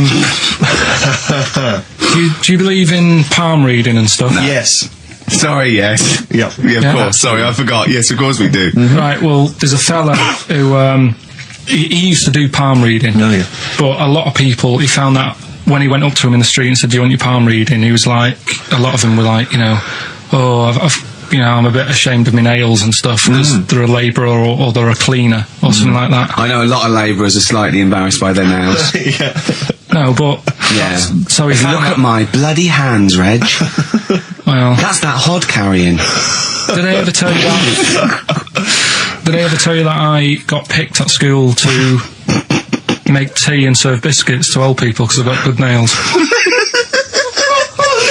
No, go on. Is there any more to the story? Well, that's about it. I mean, we used to do like, I think the head teacher must have been getting something, maybe getting his mum in there for free or something in this old people's home. So he offered the kids at the school, he said, right, all sit at your desk and put your hands on the table. And everyone did. And he walked past mine and he said, not bad. And he said, you've got the afternoon off. You can go and serve biscuits and tea to the old people. What did you say? I said, all right then. Was that? Yeah. Good afternoon. But anyway, so these... Yeah, what did he do? He just sort of walked around and went, you all right? Do you want bourbons or digest? I bet you get on with old people, wouldn't you? I'd love to see... Maybe Especially the senile one. Yeah, no, but I'd love to see you on VH1, just in a link. They just go, you know, they've just played Robert Palmer, right? And it comes to you in a little park, and you just sit next to an old lady and go, alright? And you go, yeah, not too bad. You go, what do you think of London? Crap, innit? And she goes, yeah, it's awful, innit? And you just have a talk, and you go, right, well, she doesn't like it, in excess. Yeah. That's what I'd like to see. I still think my idea is better, but... So what are you going for then? Oh, you've picked one, haven't you? Yeah, so this fella... So there's palmists going around the streets. Yeah, he's going round... and randomly trying to give palm readings. They're losing money, hand over fist. Yeah. Right. So they said he's what he's done. He's reading people's bottoms now. Sorry, whoa. You just, I didn't quite follow that. He was a palm reader. That wasn't making money. So now he's going up to people in the street and saying, "Can I see your arse?" Basically, yeah. So from being a palmist to an arsonist. Well, they just. That's what he does. He said the same sort of lines and that you get on your hand, you get them on your bottom, and he can read them. Right. Yeah, he's not a pervert or anything, or making up as he goes along. No, that's it. That was that. So, if a man came up to you in the street and said, "Can I have a look at your arse?" Can I read your arse? You'd drop your trousers, would you? No. If he went up to him and they said, "Oh, I'd rather you didn't because I'm a labourer. I've got bad fingernails." No, that's why I've seen. That's what a lot of labourers, they're showing their cleavage. You think, but actually they're having their arse. Absolutely. That's that's what it is. And then So is that the end of the story? Yeah. But then because... That's it. Educating Ricky is there's a bloke who reads arses. No, but You're a mentalist. But what are you talking about? So, tell you things that make you wonder. You saw Darren Brown. What did he do? Darren Oh Brown. He's extraordinary. Yeah, I told him, but it's You should peep. A lot of people don't realise who Darren Brown is, and he's, I think, the best illusionist in the country. We went to Jonathan Ross's house for his birthday. I didn't. No, me and Jane, and we went there, right, and there was lots of people there, and Darren Brown was there. Jonathan got Darren Brown tricks, and it was incredible. He did all these tricks, right? I mean, incredible. It was just amazing. And he did one with a bloke who was there, a friend of Jonathan's. I think his name was Ray, and he got him to give the pack. He said, count the cards, and he counted out 52 cards. Yeah, he went, think of any card in that pack. He didn't touch it yet. He's counted 52. They were in his hand. He said, think of any card. He said, what was it? He said, 3 of spades or something. He went, find it in the pack. Couldn't find it. He said, count the cards. There was 51. Right, and he couldn't find the card, and he had no idea. And we forgot about it. He went, oh, it's gone wrong, and he forgot about it. And he kept, he was going, I wonder where that card is, and he kept looking at it. I found out that about a week ago, Ray went into hospital with appendicitis. Yeah? And the surgeon, as we said, there was something crumpled up. There was a thing, and it was the card. It was the card that was in his thing causing appendicitis. And when he came out of surgery, there was a card from Darren Brown saying, was that your card? That's amazing, don't you think? I mean, that's like incredible. Thing and then a crab went, I know what it is. It's a 5 of spades. It's another wind-up. Yeah, well, see, I'm not going to believe anything anymore. But that's so if I ever... You've learned a lesson! Yeah, but say if all this goes wrong now, right? Cry wolf and all that. Yeah. Imagine I get dropped by MTV. You haven't been asked yet. Yeah, well, whatever. Right, they short on firemen because they're always going on strike. I answer the phone, it's Tuesday, my house is on fire. I don't know what you're talking about now, So, pal. have you- I don't know what he's talking about. Hang on, I think somewhere along the line there, Carl has been recruited by the fire brigade. Did you leave that bit out in the story? Start again. Yeah, right. that's what I'm saying. Because I just wound you up about crabs, babies pushing their way out of vaginas, and Darren Brown causing the Little